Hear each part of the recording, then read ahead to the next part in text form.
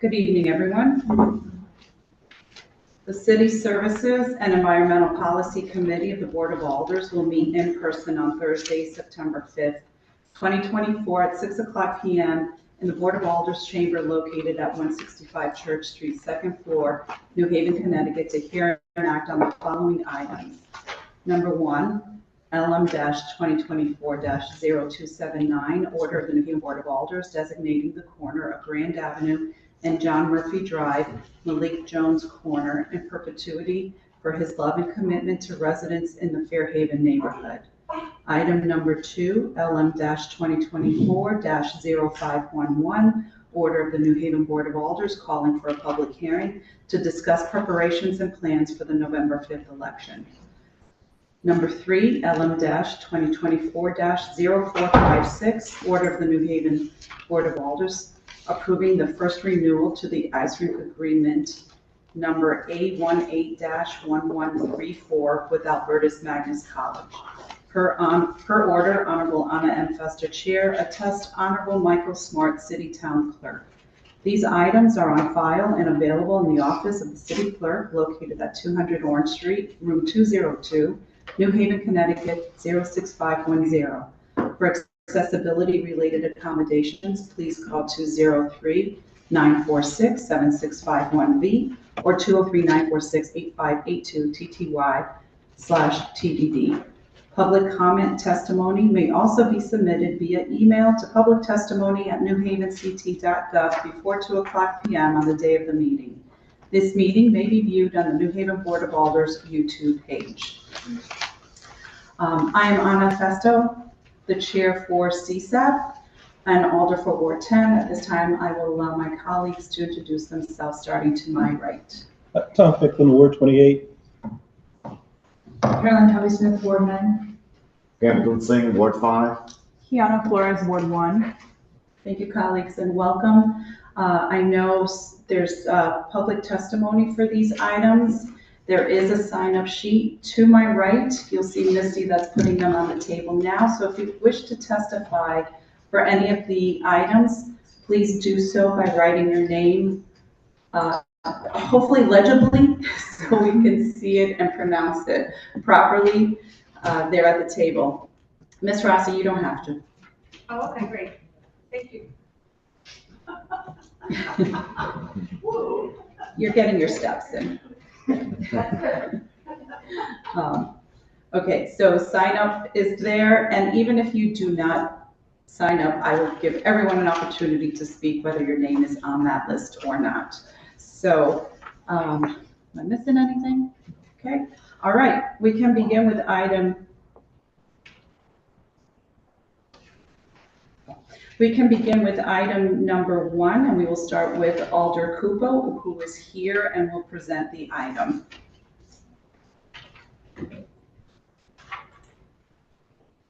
Thank you for being here, Alder Kupo. Thank you, colleagues, for the opportunity to bring this before you.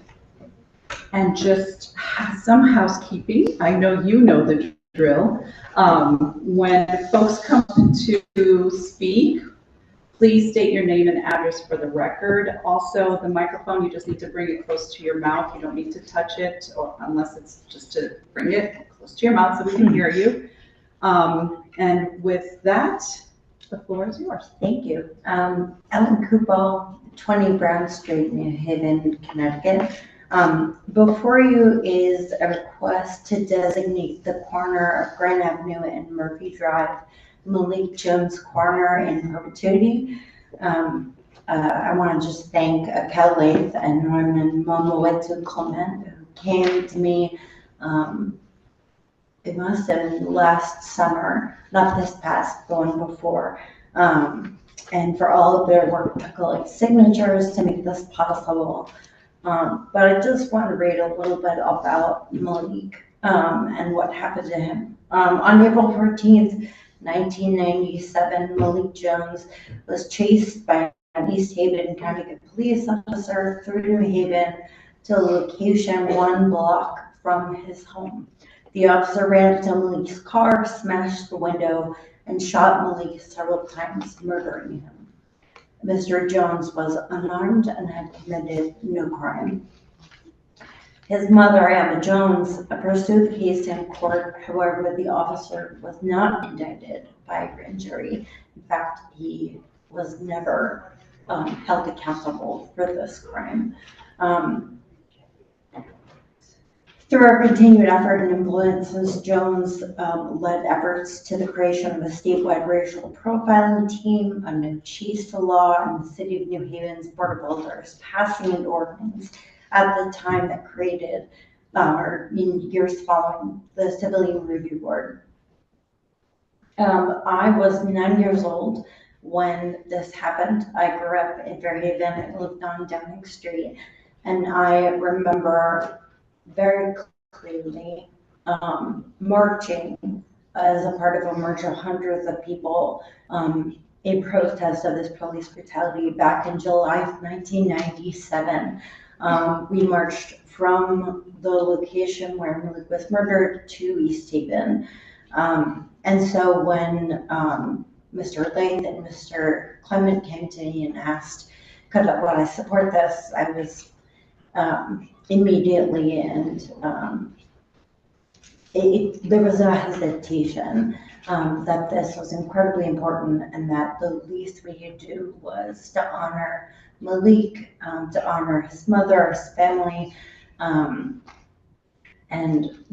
their family's lifelong fight for racial justice, for police accountability.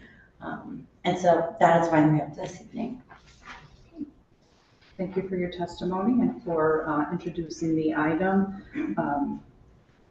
It's much appreciated, and we waited for you to come back Thank because you. it's important to have the maker of the item present to present it, and you did so very eloquently. So thank you for that.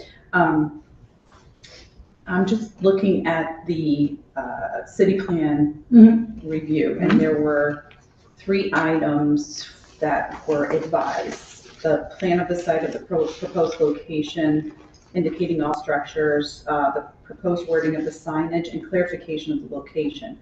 I think we have the correct, it did come to us eventually, which I can show you on the map to make sure, because they will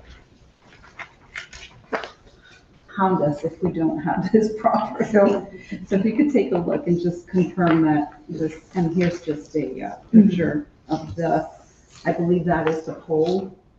And then the proposed wording of the signage will be,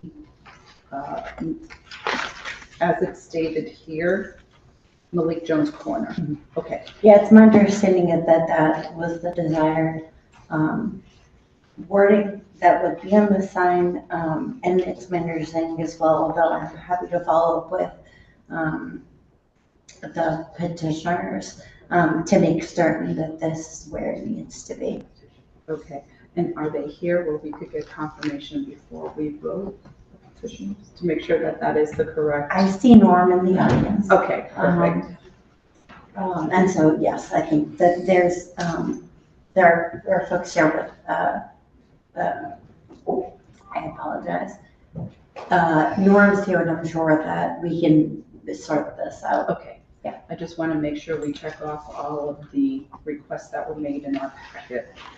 So we got the word of the signage, and we just need the clarification of the location. Okay, perfect. Any questions from committee members? Any questions for the maker?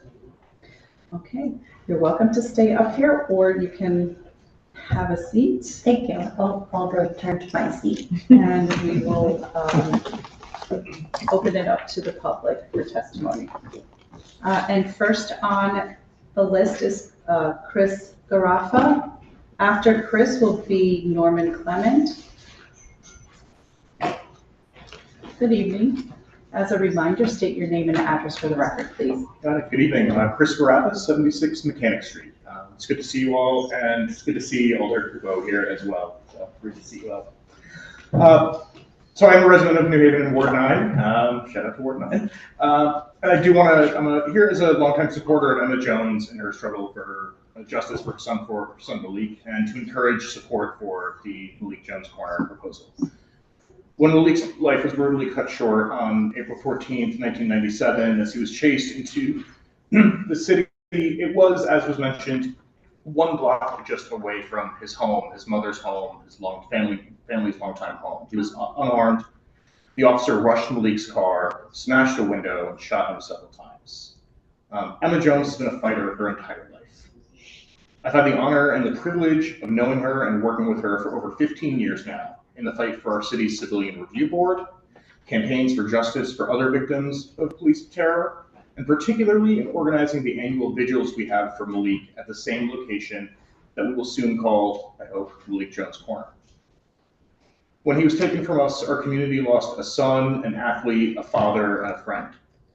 But Malik's spirit remains with us. When we were out getting the signatures and collecting donations even to fund this, everyone in the neighborhood knew who Malik was. They said, "Oh, you're doing this for Malik? You're doing this for Miss Emma? Of course I'll sign that." This corner isn't going to bring Malik back. It's not going to undo years of pain that Emma and his other loved ones have had to endure, but it's an important step for justice.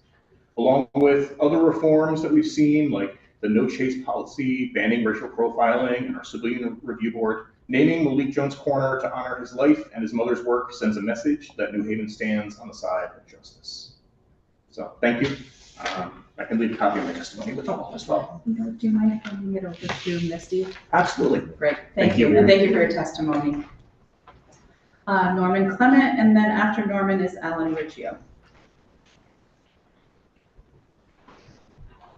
Good evening. Hi, I'm Norman Clement. I live at 21 Stanley Street in New Haven. Actually, as Ellen pointed me out.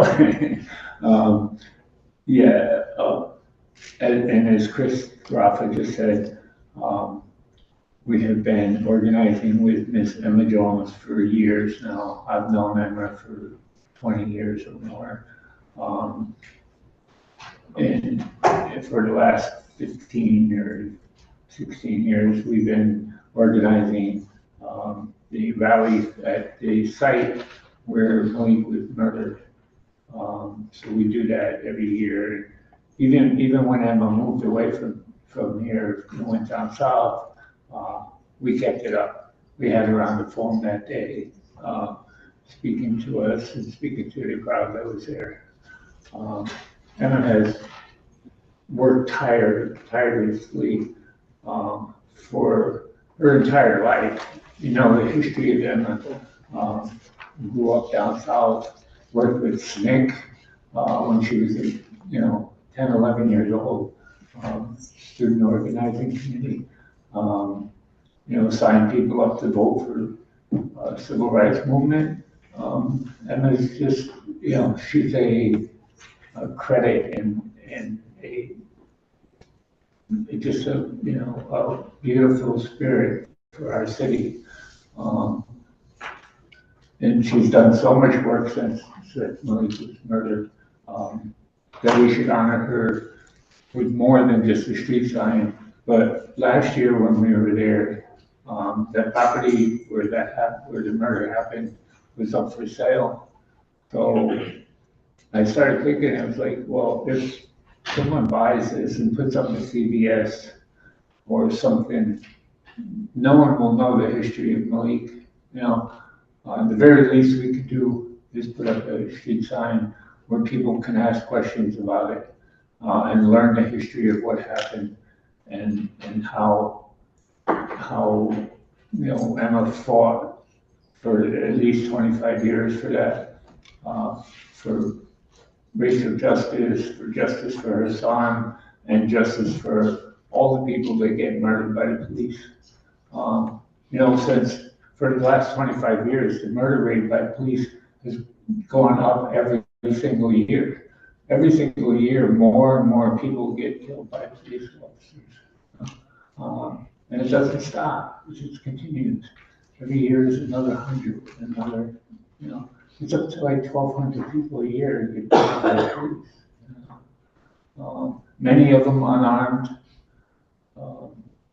So we thought that, this would be something that not only, us activists and people that know Emma, but just for the city to recognize, what happened there and the tragedy that was brought upon that whole family.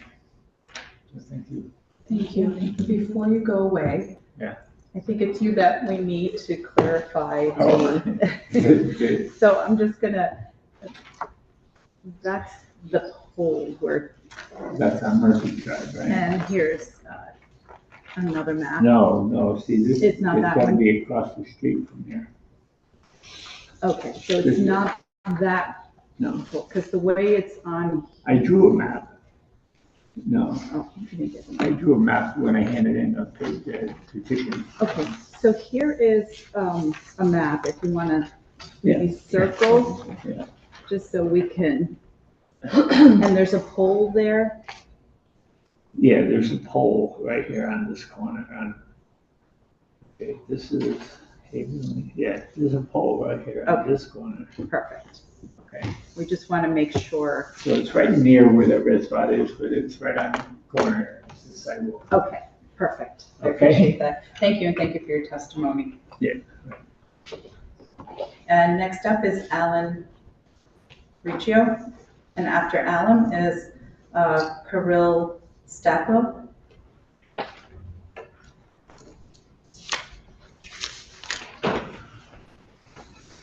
Good evening.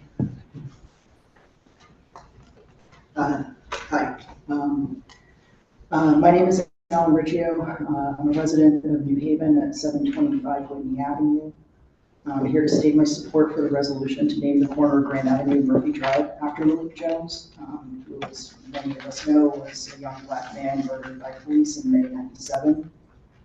I was in elementary school when Malik was killed, but I didn't know him, but I still remember some people I knew, many of whom were sympathetic to the police, making disparaging racist comments about Malik even after his death.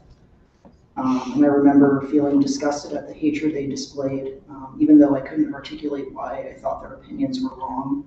I just recall thinking that I didn't want to be like them, that nothing Malik did or could have done justified his cold-blooded murder. Although the proposed street corner renaming will never bring Malik back to his family and his community, we recognize that the gesture, while symbolic, is a crucial step toward continuing the fight against police brutality and against systemic racism. Not only will the street corner preserve Malik's memory, but I hope it will galvanize New Haven residents to stand up for justice and equality, as well as raise awareness of the senseless violence many Black and Brown New Haven residents experience at the hands of law enforcement. So in closing, I urge this committee and the Board of Alders to pass this resolution, not only to honor Malik and his family, but to demonstrate their support for victims and survivors of police violence. Thank you. Thank you. Kirill, followed by Ari Shinsky.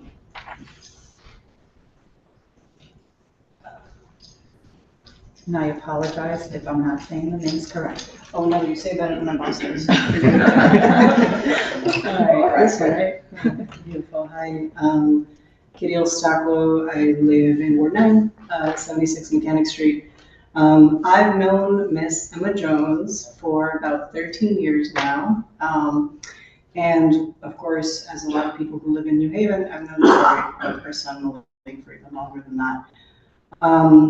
Some of y'all might know every year the New Haven community gathers at the corner of Grand and Murphy to remember the life of Malik Jones and his horrific death at the hands of East Haven police officers who came into our city and murdered our neighbor. And every year we pledge at that gathering to continue standing up for equality, continue standing up for justice for the residents of our city, especially the Black, Brown, and Indigenous young men, women, and non-binary people who are targets of ongoing police harassment and brutality in our city and everywhere around the country. And every year, Miss Emma Jones, both through her grief and in spite of her grief, gives us more new hope for our city. She gives us more reminders of how much more work we need to do. So it's been an honor to be one of the people supporting this initiative to commemorate her son in this way. Both before and after her son's murder, Emma Jones has committed her life to empowering city residents to take care of one another and to advocate for one another in the face of police misconduct. She is the reason, as a lot of y'all know, that the Civilian Review Board in the city exists. And some of you might also know that the original document proposing the Civilian Review Board in the city was called the Malik document. It's thanks to Miss Emma, it's thanks to all of the work that she's done through and in spite of her grief, and the work of all the tireless advocates in the city, that our review board stands out among others around the country in the fact that it has teeth. It gives its members a chance to ensure that justice is served more so than other places. And so Miss Emma Jones, her family, and the community that rallies around her and loves her so much deserves all the honor that the city can give her, especially as she continues to this day to seek justice for her son's murder. So I urge this board to pass this proposal to say that New Haven hears this residence and honors Malik Jones' memory and Emma Jones's contributions to the city. And this act of commemoration and gratitude can be a first step in New Haven's path to honoring the young Black lives lost and cherishing the young Black lives that we have in our city through true care, empowerment, and justice. Thank you. Thank you for your testimony. Ari Shinsky, and then it's Sandria.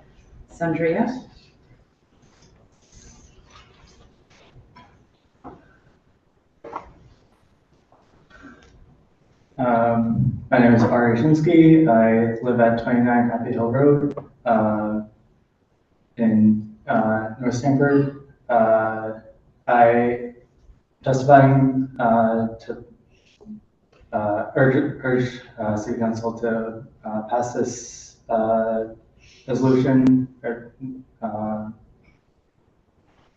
I think it would be the absolute bare minimum, considering that to this day, the officer that murdered Malik Jones still has not been indicted. There would be. I personally do not know Malik Jones, but I know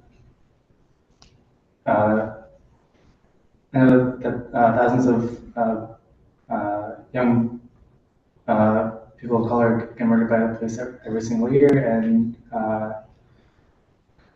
sorry, but this is not like super articulate, but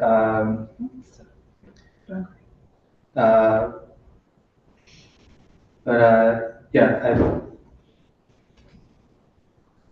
the murder of Malik Jones was not an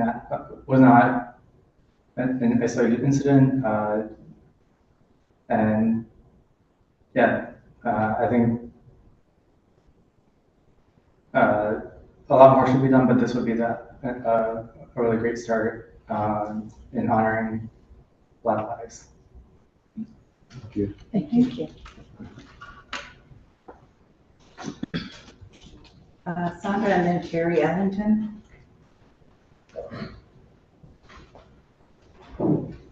Good evening. Hi, my name is Sandria. I live at 136 White, and I'm here in support of the Malik Jones street corner renaming. I actually moved to New Haven 2 years ago, and one of the first stories that I heard was about Emma Jones and Malik Jones, the loss of Malik Jones, who was only 21 and had so much life yet to live. But upon meeting Emma, you would be surprised that someone so vibrant and so passionate could have undergone such a tragedy. It is such an inspiration, especially for young people like myself, who did not even grow up in this community, to see that so much reform can be done when the community comes together. Some of the most impactful experiences I've had here in New Haven have been during the petitioning for the street corner renaming. Anyone who's gone door to door knows how hard it can be. But people in the New Haven community were so responsive and so excited, especially around the corner where Malik Jones was killed, where folks remembered him, had photos of him on their phone. The way their faces lit up immediately with recognition. This young man that they knew was going to go places and was lost so tragically. a lot of my colleagues today have said that this street corner renaming will not bring Malik back, and that is true, and that is a tragedy, and it is unfair, and it should motivate us all to continue to push for reform, like the Civilian Review Board that Emma Jones put forward. But this street corner renaming is an important step in making sure that Malik is never forgotten, that these conversations never stop, and that Emma is honored by the city of New Haven for what she has done so much work for. Thank you. Thank you for your testimony. Carrie Ellington and then Jas Marie Melendez. Okay, so Jas Marie.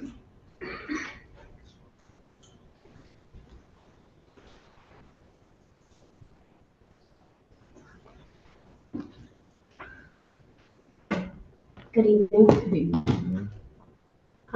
My name is Jas Marie Melendez, and I am a Bridgeport City Council member for the 138th District, and I'm also the sister of Jason Brown, who was murdered by a Bridgeport police officer in 2017. Malik Jones was murdered in 1997, which was 1 year just before I was born. To think about Emma Jones's fight being a reflection of my entire life that I have lived does make me emotional, because I think about how hard it has been for me these last 7 years fighting for my brother.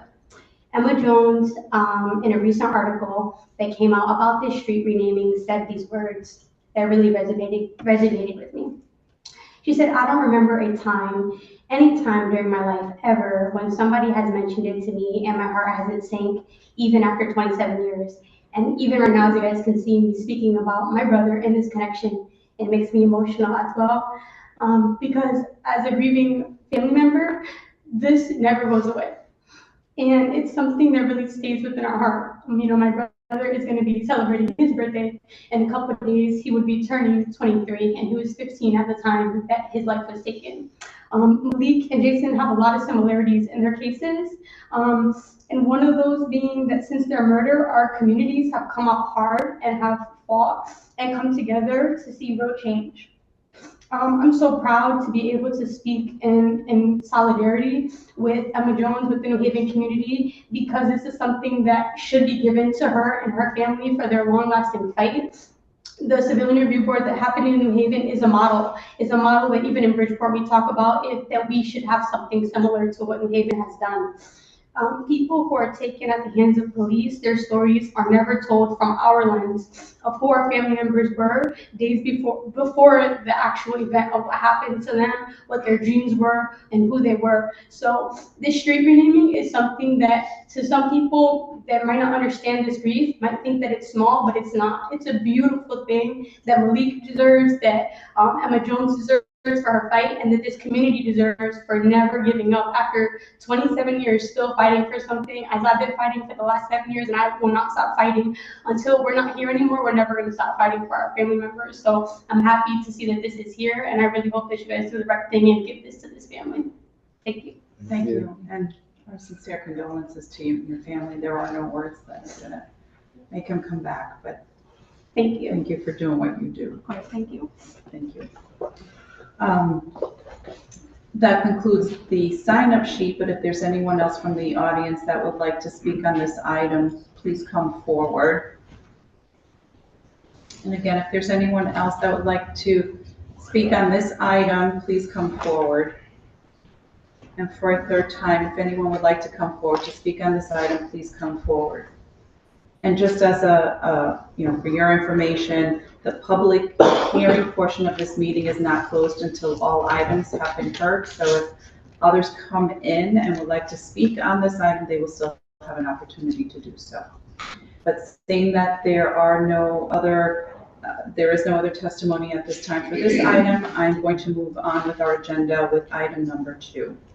And folks who are here for item number 1, we will vote on these items at the end of the meeting. You're welcome to stay, or you can go, and our office will reach out to the maker of the item with the vote that is put forth.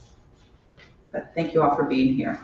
And at this time, we will welcome Tricia Rossi up to present item number 2 in regard to preparations and plans for the November 5th election, which seems like it's coming up pretty quickly. Whoa.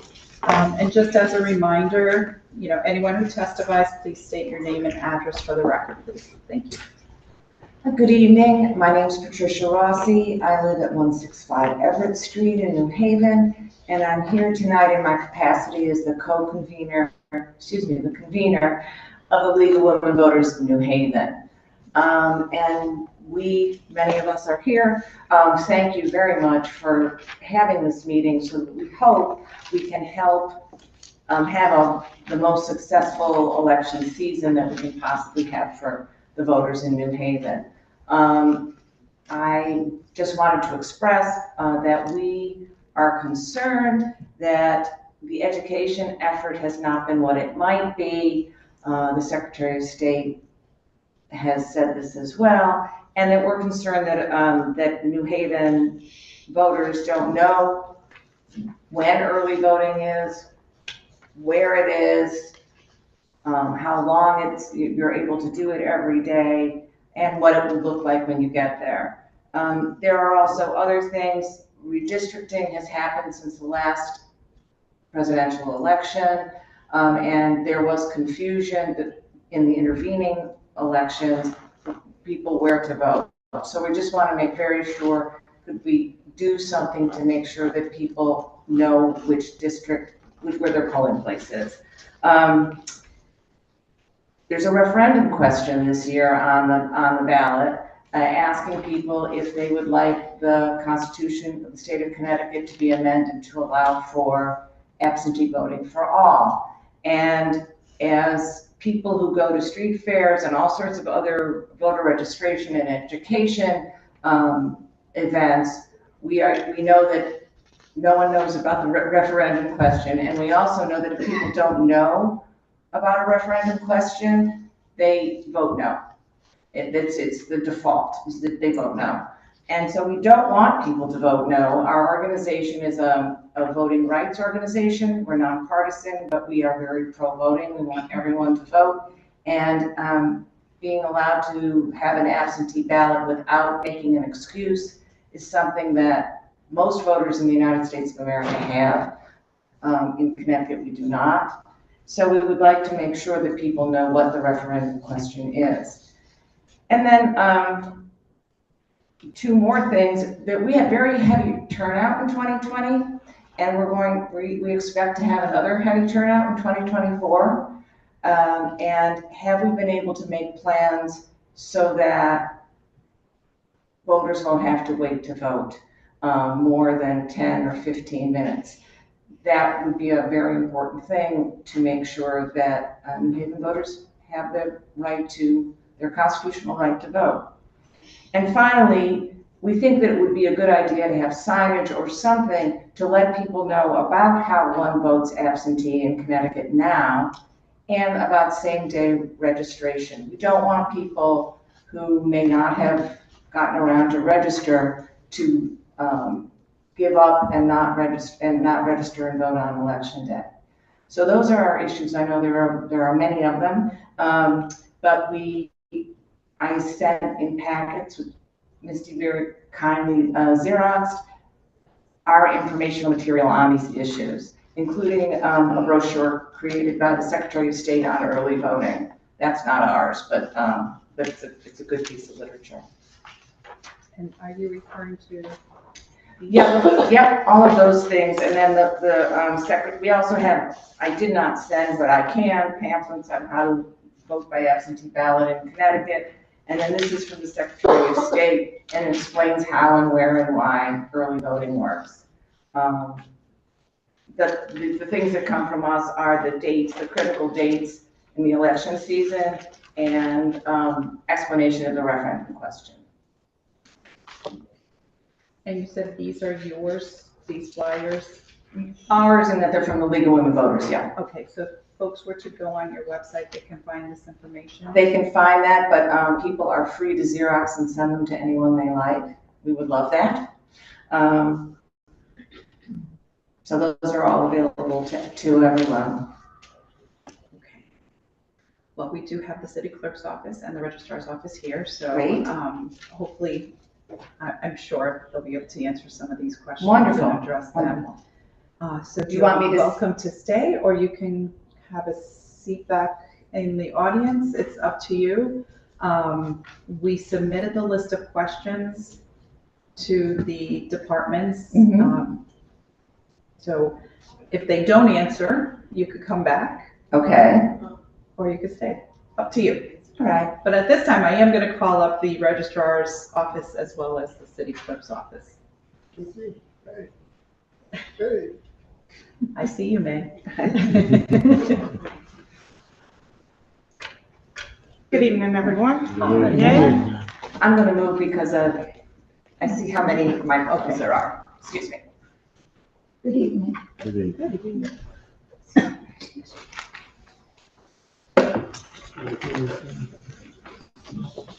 Thank you.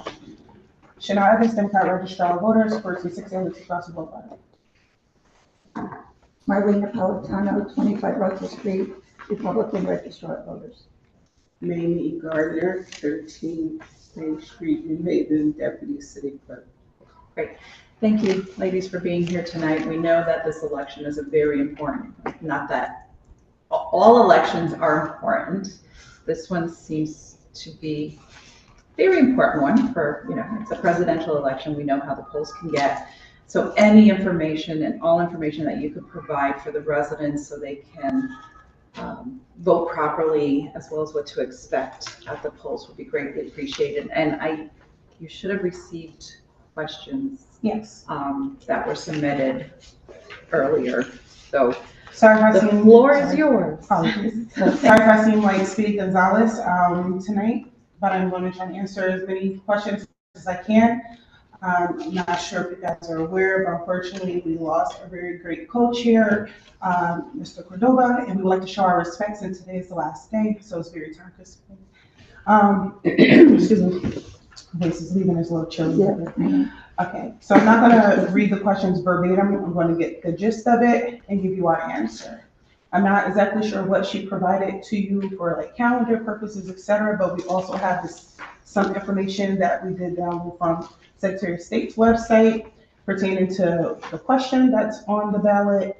A little information on SDR, AKA same day registration, previously known as EDR, election day registration. And then there's a calendar specifically just on the days and the times for early voting. Do you have, Excuse me. do you have Yes. those dates? Uh-huh. Do you mind sharing them Sure. for early voting? So this is for early voting dates. Yes. Early voting date will start October 21st through, What am I looking at this? yeah, that's fine, Yeah. to November 3rd. But from the days of October 21st to November 3rd, I'm sorry, will be from 10 a.m. to 6 p.m. Except October 29th and October 31st, it will be from 8 a.m. to 8 p.m. Those are the only 2 days where there are extended hours. The location will be held right across the hall, 165 Church Street, in meetings room 1 and 2. Because we will have same-day registration, it will also start in meeting rooms 1 and 2 and end in the chambers. Just to remind everyone, early voting is kind of like an in-person absentee. There are no tabulators for early voting. Same thing for same-day registration. Ballots does not go through a tabulator during those 14 days. It goes into a tabulator on the actual election day, which will be 9/5. It will be November 5th from 6 a.m. to 8 p.m.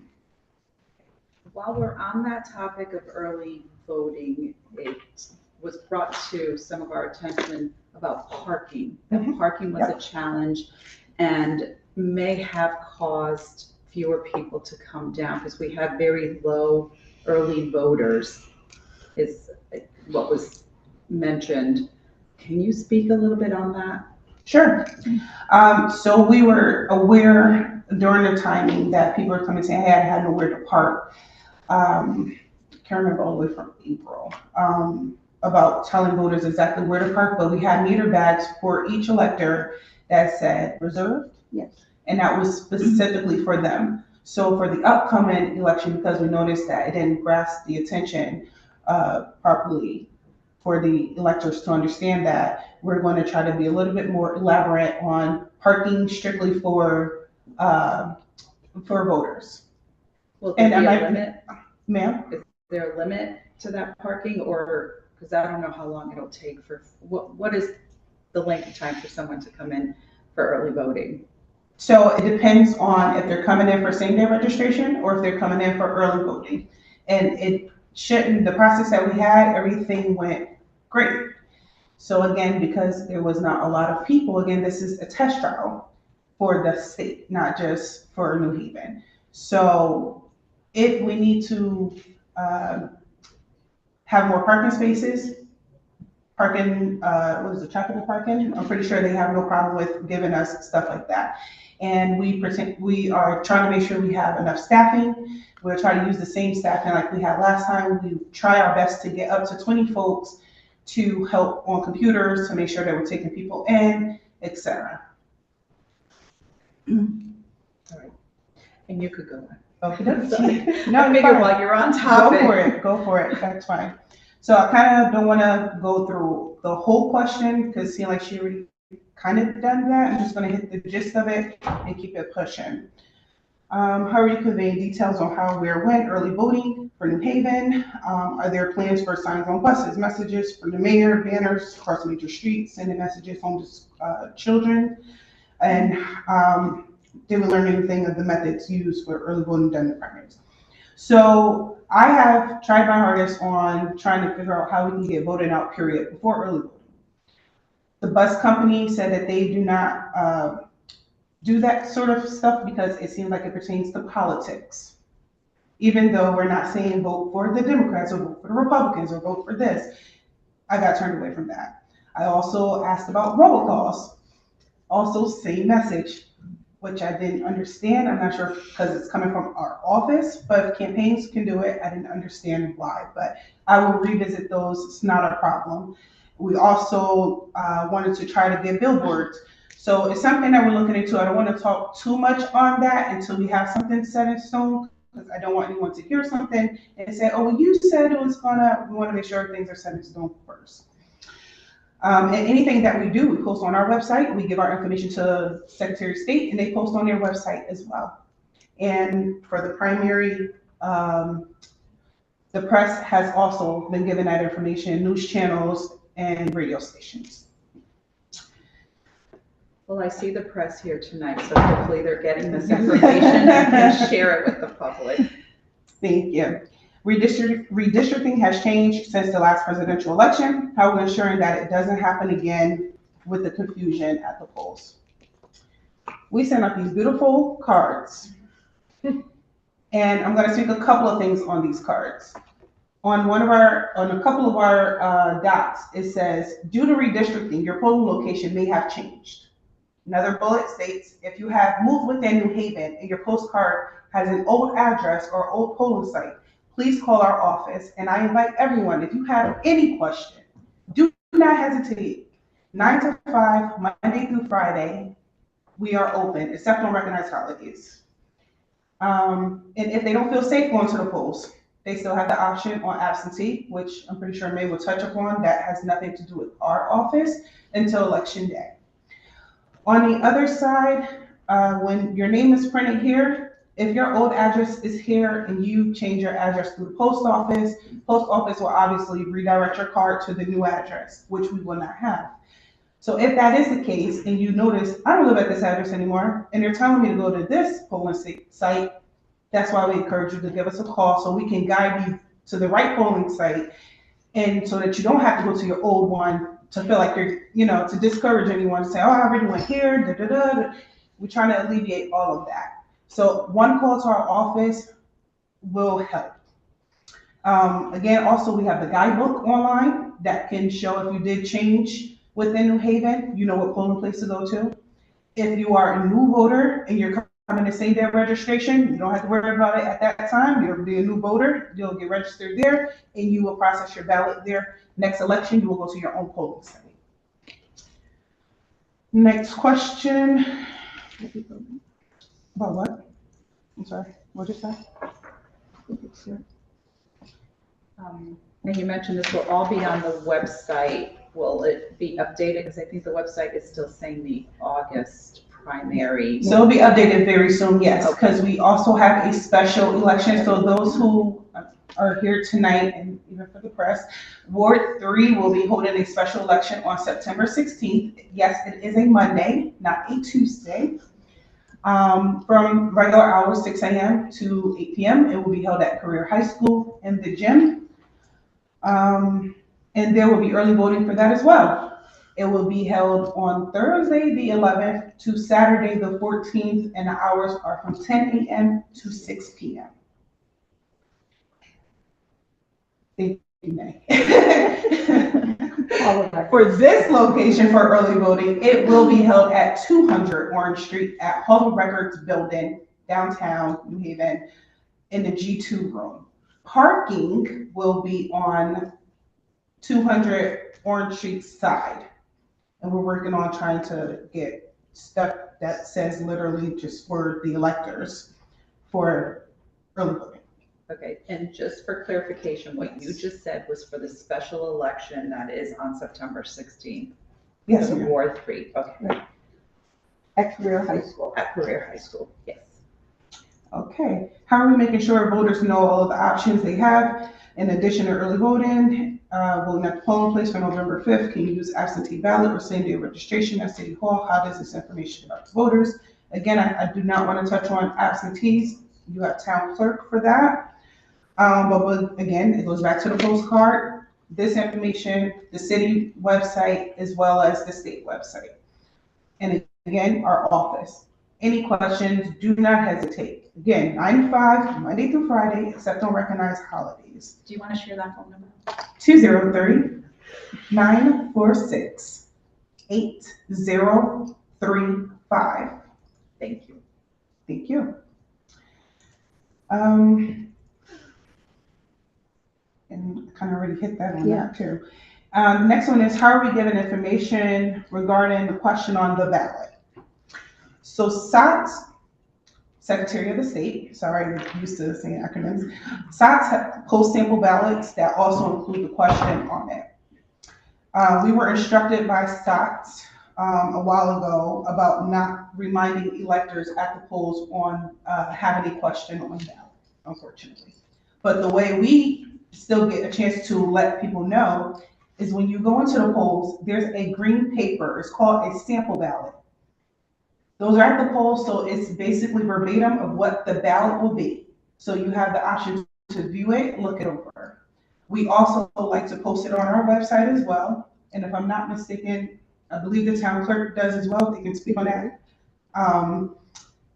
So the information is given out there. If there's details, then we also have the sheets. You give them these? I gave one, Anna, yes. We'll make copies. Okay. I have some copies here if you'd like them.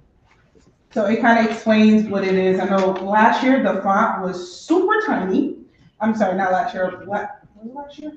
The font for the question for early voting was very tiny. Unfortunately, that was given to us, excuse me, within a short time. So we will try to make sure that we can put this on larger font. But again, we do not explain and do all the extra stuff unless it's asked, but we're not allowed to do that. And the last question was, why are we, because we're expecting a heavy turnout, what do we plan on doing to make sure that voters don't have a waiting time? In high areas, if everyone just comes out on presidential, of course the lines are going to be long. Will there be hours like other states and other towns? No. For the last presidential election, no one waited hours. No one, I don't even think anyone waited an hour. Because we passed this, or not we, but because everyone voted a fair amount on getting early voting, now that we have 14 days, let's actually use that to help. That was one of the reasons of having early voting. So between that and our moderators have been trained that a lot of our polling sites will have a split list. And if it needs to be split again, do so to help with the line. So that should help as well with decreasing the time, the waiting time. That is all for our presentation tonight. Questions, comments, concerns? You want to see the examples of it? Yeah, we can do it after. Huh? We can do it after. At this time, I'll ask my colleagues if they have any questions for you all. Alder Smith and then Alder Marks. Thank you, Madam Chair. Thank you all so much for coming, and thanks for being at the Prentice Back to School Drive to register voters. Oh, no, thank you for having us. Just a couple of questions. Does your all's department have some goals in terms of turnout? When you think about last presidential election and this one, do you have a sort of benchmark for how many voters we hope to come out? Yes, in a way. Usually when I don't want to bring different committees on, but when we do our budgeting, we also kind of project for the future as well. So that's why we try to get out to all events as much as we can. If we hear something, we try to go, and then we have people like your community that reaches out to us, and we try to get there every time. I can't personally come, we send out representation from our office, but we're a team. So I try to work with you guys as well as our own projects with the schools. In a couple of weeks, we're actually going to one of the prisons. For those who have not been sentenced yet, they still have the opportunity to also place a ballot. So we're trying our best to kind of reach out as much as we can at any aspect. And just to follow up on that, do you happen to know how many people came out, how many residents came out to vote last presidential election, and what we hope for projecting out into the future? I do not personally have that summary stats off my brain, but I have no problem with letting you know tomorrow. I can kind of run up the stats with that. Is that a request that you would like to see? I would love to see that, and as well as the benchmarks of projecting out. Where do we hope to reach in this year and subsequent years in terms of outreach? That would be really helpful. Thanks, Madam Chair. And then my only second question is, what support do you all need? So you all mail out that flyer. I know a lot of alders have newsletters or are obviously very in touch with their neighbors or community management teams. What support do you all need from us to be able to spread the word? Yep. So with our deadlines, majority anything flyers pertaining to the election, I usually send it out to legislators. So it hit you guys. You guys can send it to your co-chair, send it out to your team, your management team, etc. So it's kind of like I'm pushing it to you guys push it down, they push it down, kind of chain reaction with that. And one more question, I'm sure. Just actually a follow-up on the question that Ms. Rossi posed in her letter. Were any lessons learned in the inaugural early voting? I know we talked about parking. Any other lessons learned about the processes and how it will be improved for this next round? Honestly, I believe it went great, just besides the numbers that come out. But other than that, parking, we're trying to work with other departments as well to kind of help chime in to make this a smoother process with parking. If that was what you heard was, how do you say, a negative of people not coming. Thank you both so much. Thank you.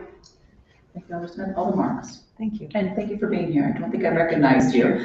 Just for the record, I'd like to note Alder Marks is here. Thank you. Honored to be here, and apologies for being this late. Thank you, Madam Chair. Thank you for your presentation. Thank you for your work.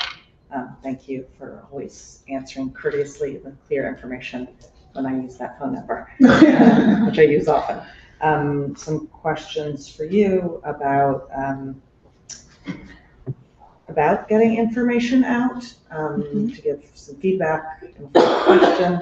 I recently had a constituent call me to ask about early voting, and she shared with me that she was walking around the Hall of Records and that nobody could direct her or explain to her what I think the answer was, that early voting had not yet begun. Sort of what plans are there to say post signs, maybe inform the security guard who sits in the building, such that individuals who walk in and are interacting with sort of the the ground level staff, as opposed to obviously in your offices, you be able to give clear information, what posting and information can be given to those who wander around the building looking for more clarity. Thank you for that. It was a question, I assume the answer is. I believe we had signage posted on no, but we can make sure it's on every floor. And I'm not sure which security guard would have not had information due to, we also have to go through the security's company to kind of have certain doors open. So they are aware of early voting and where the location is. So I'm a little confused. If I can clarify, the issue was somebody came around last week and early voting has not begun. Oh, and it was an okay. opportunity to educate somebody. Would you be able to consider the opportunity for current Gotcha. education and getting the signs up quickly now and informing sort of throughout the building, so that people can be educated and be looking forward with the idea, you know, I came to this building now, hey, wow, I can come and vote here again. I think signing around that building is very helpful. Okay. Yeah, so we'll try to make sure that we do have signs in the building and say that early voting will start at such time, location, etc. I'm not gonna lie, it may be done next week because we are preparing for election already. So try to focus one thing at a time, make sure everything's going smooth. Again, this is a trial of early voting for us, so I just want to make sure we have our ducks in a row. So it will be done next week. Okay, that's just another more deeper question about your plans regarding location. And I have heard prior workshops and understand you were sort of sticking to one location downtown, you know, after your first trials. Has there been consideration of having an additional location or two? Generally get the sense that kind of coming downtown is a barrier unto itself for many people, with a perception regarding parking before people even take off. Is there still opportunity or possibility of doing something in some community center or some public school, even as a trial, to see what turnout would be in a community-oriented early voting location in addition to downtown? Yes, we have thought about that before we had originally had it in April. The issue was the state couldn't do something with our IT department, so it made it a little bit confusing, and the amount of computers that we will need, the amount of scanners, basically everything that we needed for it. Then you need a place that we have access to on the weekends, and we need to make sure that the security is secure because if it's connected to, I don't know, IT talk. So I'm not going to act like I do. If something is, excuse me, not secured, it can kind of, you know, open that portal for people information to be leaked, and I don't want to be the reason for that. So yes, moving forward as time goes, we will like to see if there is other options out there. Thank you. Through the chair, I have a different piece of information. As you're following up on Senator Smith's request, can we make sure it designates the numbers of voters? I think there's been 2 early voting so far. The presidential primary and the primary for state rep in certain awards. Could we get the early voting data specifically included in that too, please? You want the stats, right? Yes. Okay. Just want to make sure I'm getting you the right things. Thank you, Madam Chair, for the opportunity to get the information and for the questions. Noted. Thank you. Thank you for your questions. And, you know, when you are thinking about other locations for early voting, there's a lot to think about, particularly for making sure those ballots at other locations are securely transported to your office or wherever they get dropped off without any confusion. So, you know, maybe we can talk more about that. Obviously not for this election, but for future elections on how we will manage the safe transportation of those ballots without being like other towns in our state. We don't want to be on the news for that. For sure. So we're definitely open to it. Thank you. Alder Singh. Thank you, Madam Chair, for voter registration office.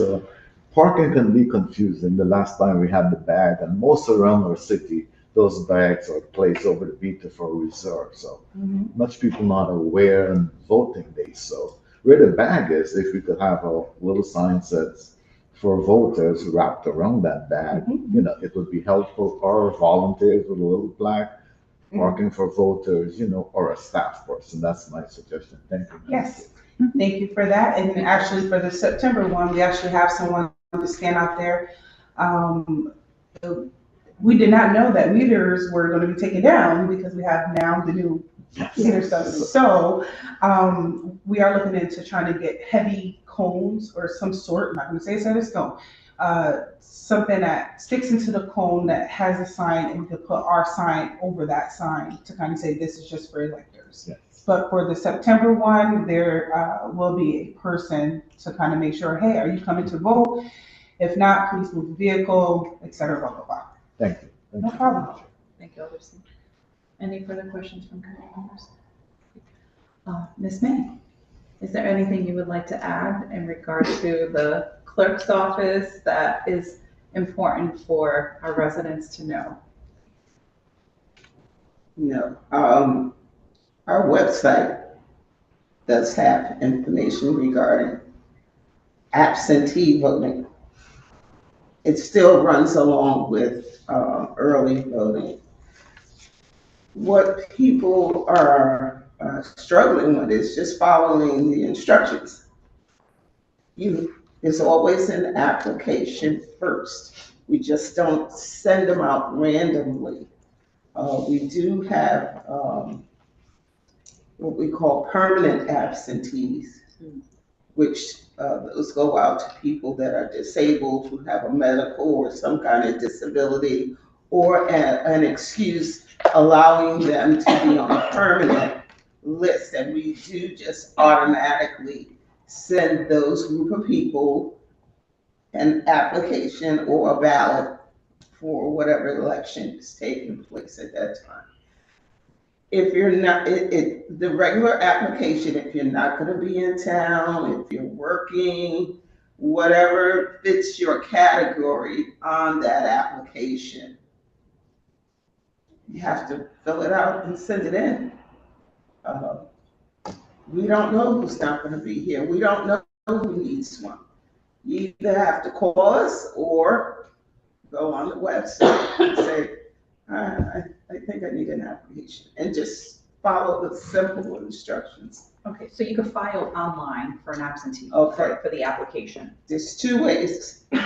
Secretary of the State, they have a portal. You can go on there, fill it out it's a fillable form. It goes into the portal by whatever town you live in, and voila, you have your application. And we do check the application portal from the state every day. So so if somebody went on the state website, filled out one, we have it. The second way is that you come to the city town clerk's office page. We have applications there, English and Spanish. Fill it out, download it, fill it out. You have to mail it in. With the state's application, it's a portal. We just go to the portal and download it, and we have it in the office. People have been asking, well, do you have a QR code? And do you have, no, we're not that, we don't. No, we don't. But it is there for the public to access.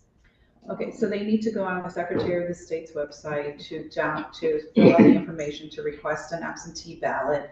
And then the city will get, or the municipality will get that information. The municipality sends out the application to that resident. Well, with the state's website, it's a fillable form right there on the state's website. And whatever town you live in, it goes to that town's portal. And every morning when we come in, because it is election time, we check the portal, and whatever's for New Haven, we have it. And you will mail out the ballot, the absentee ballot. Correct. Okay. And how long can folks expect to Up receive? until the day before the election. And if this, when you do mail them out from the portal, it's They- usually, They don't get mailed out from the portal, we just receive it right, through the portal. It's in our office, we have it now. And it's okay, you want it, fill it out, you want it to 123 Orange Street, fine. so they have to come in person or No. they can mail it in? No. The actual absentee ballot? Oh, it gets mailed out. Okay, so you mail it out, the actual resident will ballot. get it a few days after, Whenever the ballots become available, okay. Do we know when the ballots will become available? October 4th, October 4th, okay. supposedly. Okay, so October 4th, folks can even come into the clerk's office to Yes. request an absentee ballot. So even if we don't actually have the ballot printed and ready on October 4th, a person can vote on a blank ballot. That means they have all of the electors, all of the candidates with whatever position they're running for. And they fill out the blank, write it on the blank ballot, and it gets counted as a regular ballot. Okay. Thank you. Any questions? Alder Smith? Thank you, Madam Chair. Thank you so much for being here. One just quick follow-up about the QR code. Was the request from a resident to have a QR code in your department office to be able to then access the Secretary of State website from there, or what was the exact request out of curiosity? They wanted to know, well, one thing, the question started out regarding how do I vote absentee? And we do have a form on our webpage that says everything you want to know about absentee voting. And that is a link from the Secretary of State. It's not a QR code, it's just a link. I don't know IT language either, but it's there. You can download it, you can open it, you can read it. It tells you everything you want to know about how to vote absentee. I'm sorry, excuse me. It's 7:10 travel time, so I want to get there. Thank you guys. If you have questions or anything, please feel free to email us and we will send our response out. Thank you guys again. Hopefully we were helpful.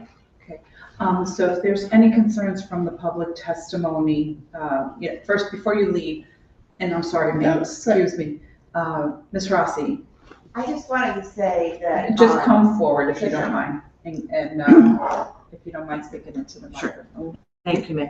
I just wanted to say that my experience and everybody else I know, if you call either of these offices, someone picks up the phone and gives you an answer. It's fabulous.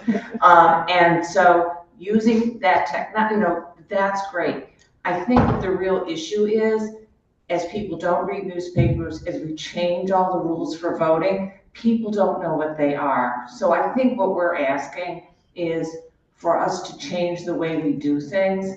And I think, I mean the city of New Haven, and I think it's gonna cost money. It's gonna cost money. We have materials that alders can send to their people. And if you wanna do that, we're happy to supply them. But I'm just saying, these people do the best they can with the tools they have. But the tools in our estimation are not adequate. Thank you. Thank you. Any further questions from committee? Yes. Alder Marks. To Ms. Mayor. Okay. Safe travels to your destination. Thank you. It's already gone. Thank you. Good evening. Thank you. Good evening. Thank you for being here. You're welcome. Question about the ballot initiative, please. I know you probably can't speak much to it, but I have a question if you even know, and I see some people in the room who maybe can testify and speak to this. Where and how can we inform constituents about the pros and cons, the policy discussions happening around the ballot initiative, please? No answer. Generally, if someone asks us that question, we're gonna refer them to the state's website because that's where it started. So we will put the question out there on our webpage. We're gonna refer you to the state. Well said. Thank you, Madam Chair. Thank you, Alder Marks. Alder Smith, did you have a follow-up question? I saw your hand, that's why. Thank you, Madam Chair. I was just following up on the QR code business. I was curious if the request from the resident was a user experience question in that they were asking for further information about the absentee ballots. You referred to the website, and the request was to have a QR code, for example, in the department such that they could click it. And if so, I would be happy to offer support to be able to create that QR code. But I was curious if it was a customer service or a user experience request by the resident in that way. It was a Gen Z question. Okay. I'm old fashioned, calm down. But yeah, I'm gonna talk to the clerk regarding, but how many QR codes can you have? Because we have so many forms. How many? So. A philosophical question. No, I Thank you very understand, much. and it was from a group, who was having a seminar, somewhere in the city, but yeah, no. Thank you. Thank you, Madam Chair. Thank you, Alder Smith. Any further questions from colleagues? Okay. Thank you as always for being here. Applications are available. The only thing I need to say is that we have an overwhelmingly amount of overseas people wanting to vote that is not planning on coming back to the US, but the US citizens, and they want to vote. We have a lot, more than I guess the regular folk who vote absentee. But and how do we manage? That's going to be a task for us. We're already up to maybe 200 requests, but they will just be voting on the federal questions, the federal people seats, not the, the presidential, vice president, the U.S. Congress. Not local. No. Okay. But it's still, wow, 200. Yeah. Wow. Well, I'm happy to hear that they still want to vote. That's always a positive because we encourage everyone who has not registered to register to vote, provided they're the right age. And I want to make it clear, you could correct me if I'm wrong, if you're 17 and a half, you can register to vote. So if you know anyone who's 17 and a half, they can register to vote all the way up, as long as you're U.S. residents, and we encourage everyone to go out and vote. It is our right. I know that you asked a statistical question regarding how many people did come out in the 2020 election. So that election, we did 24,000 absentees. That's a lot. Where usually we only get maybe 3,000 or 4,000. But in a presidential, we got up to about 24. That was at the last presidential election. Yes. You had 24,000 absentee ballots. Does that include the international ones? Yeah, we didn't have that many that year, but.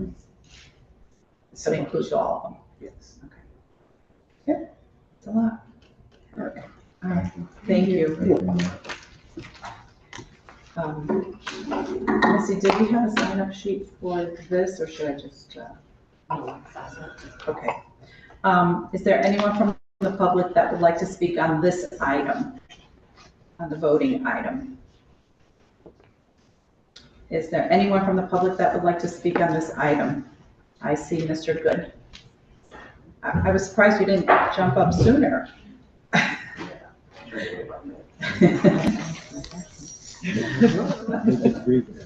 Good evening, Mr. Good. You know the procedure. Yes, Aaron Good, 702 Quinnipiac Avenue, New Haven. I'm with the New Haven Votes Coalition, which promotes voter participation and civic engagement in New Haven. I'm also involved with the League of Women Voters, and I would associate myself with the comments made by my colleague, Tisha Rossi. And thank you, as always, for convening this hearing, Madam Chair. I think it's, as I said before, I think it's important to do this at least once a year, review our voting procedures and protocols, and have these discussions. And I also appreciate the election officials showing up and answering questions. And I'm confident that we're going to have a successful election in November. Just briefly about early voting, I mostly want to talk about the referendum question, but I used early voting for the presidential primary. I had a good experience. Everyone I've spoken to has had a good experience. I think the issue is just that there are people who don't know about it, so they're not able to have that positive experience. I think there is some confusion about the Hall of Records versus City Hall, because we did change that between the presidential primary and then the later primary parking situation. Obviously, that's an issue. I don't know if there's an easy answer to that. I'm not sure people really know they can use the yellow bag spaces. I think better signage and communication, as Alder Marks and Alder Smith have indicated. Better signage and communication is usually the answer in most of these issues. And I think we have a lot of talented people on the Board of Alders in our community, people who work for design firms and do signage for a living and all that kind of thing. We should use those resources to come up with better signage and communication.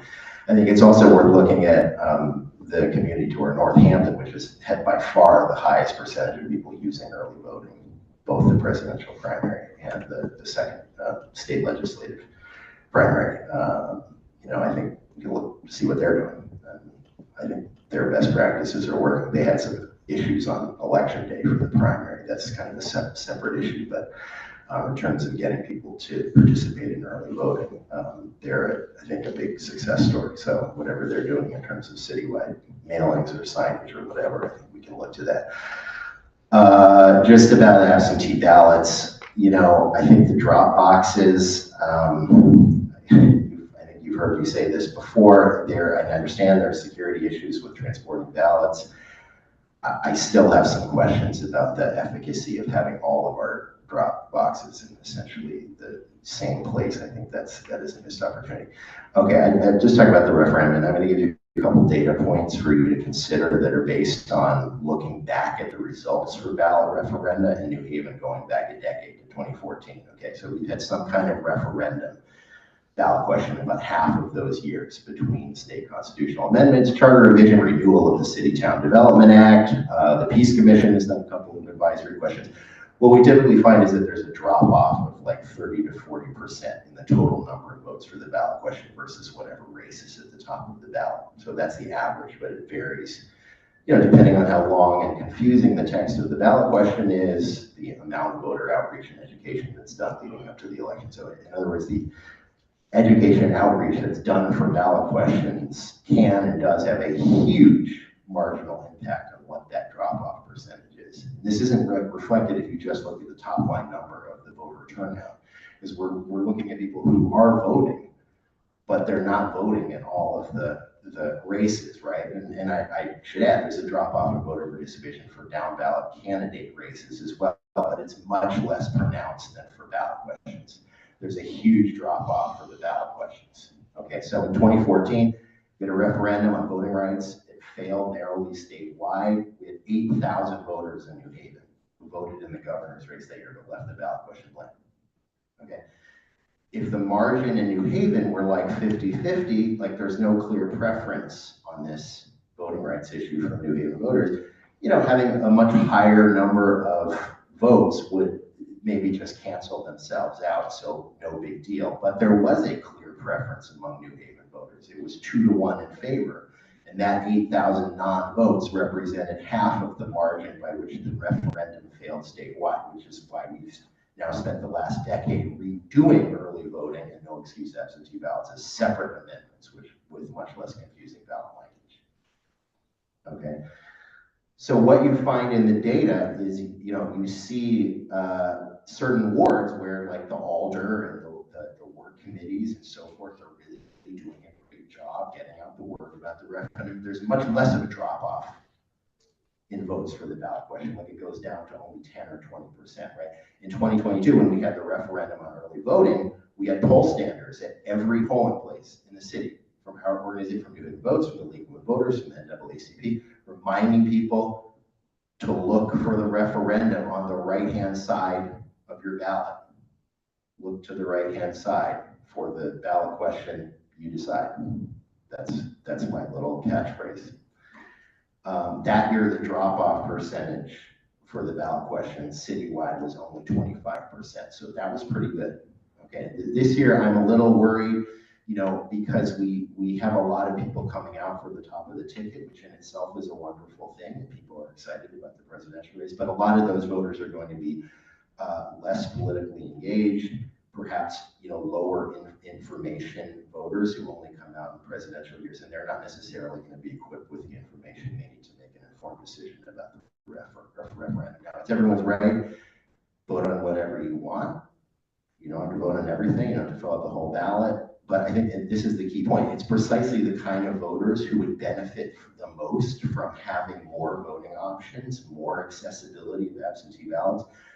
These are the people who are least likely to know that this referendum is happening and that they have it in their power to make voting easier by voting yes. So while we're all very focused on the presidential race and the legislative races and all these other important things, I think we all, and this is about us, this is not like about the election officials. I mean, they're constrained in what they're statutorily allowed to say. This is about us. We need to also be reminding people about the referendum as part of our conversations with our neighbors about voting. So please put it in your newsletters to constituents, take flyers for your neighborhood block party. I'm speaking to the Ward 25 Ward Committee next week.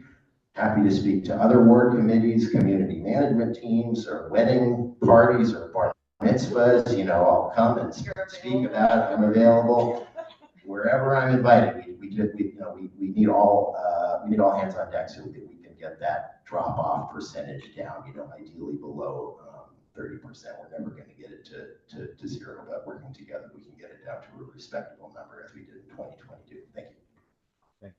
Thank you, and thank you for your suggestions as always. Thank you. Is there anyone else from the public that would like to speak on this item? Okay, I'm gonna try with patience, I have QR codes for everyone, so. Oh. Thank you, Ms. Rossi. Is there anyone from the public that would like to speak on this item? And again, is there anyone from the public that would like to speak on this item? Please come forward. And for a third time, anyone that would like to speak on this item, please come forward.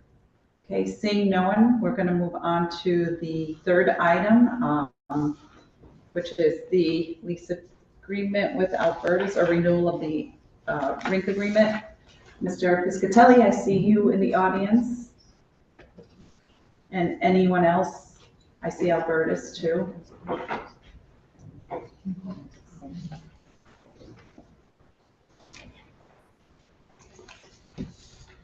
And just as a reminder, I will ask anyone testifying to state their name and address for the record. And good evening. Good evening, Madam Chair, members of the committee. My name is Michael Piscatelli. I'm the Economic Development Administrator for the city, and I reside at 353 Summit Street, New Haven.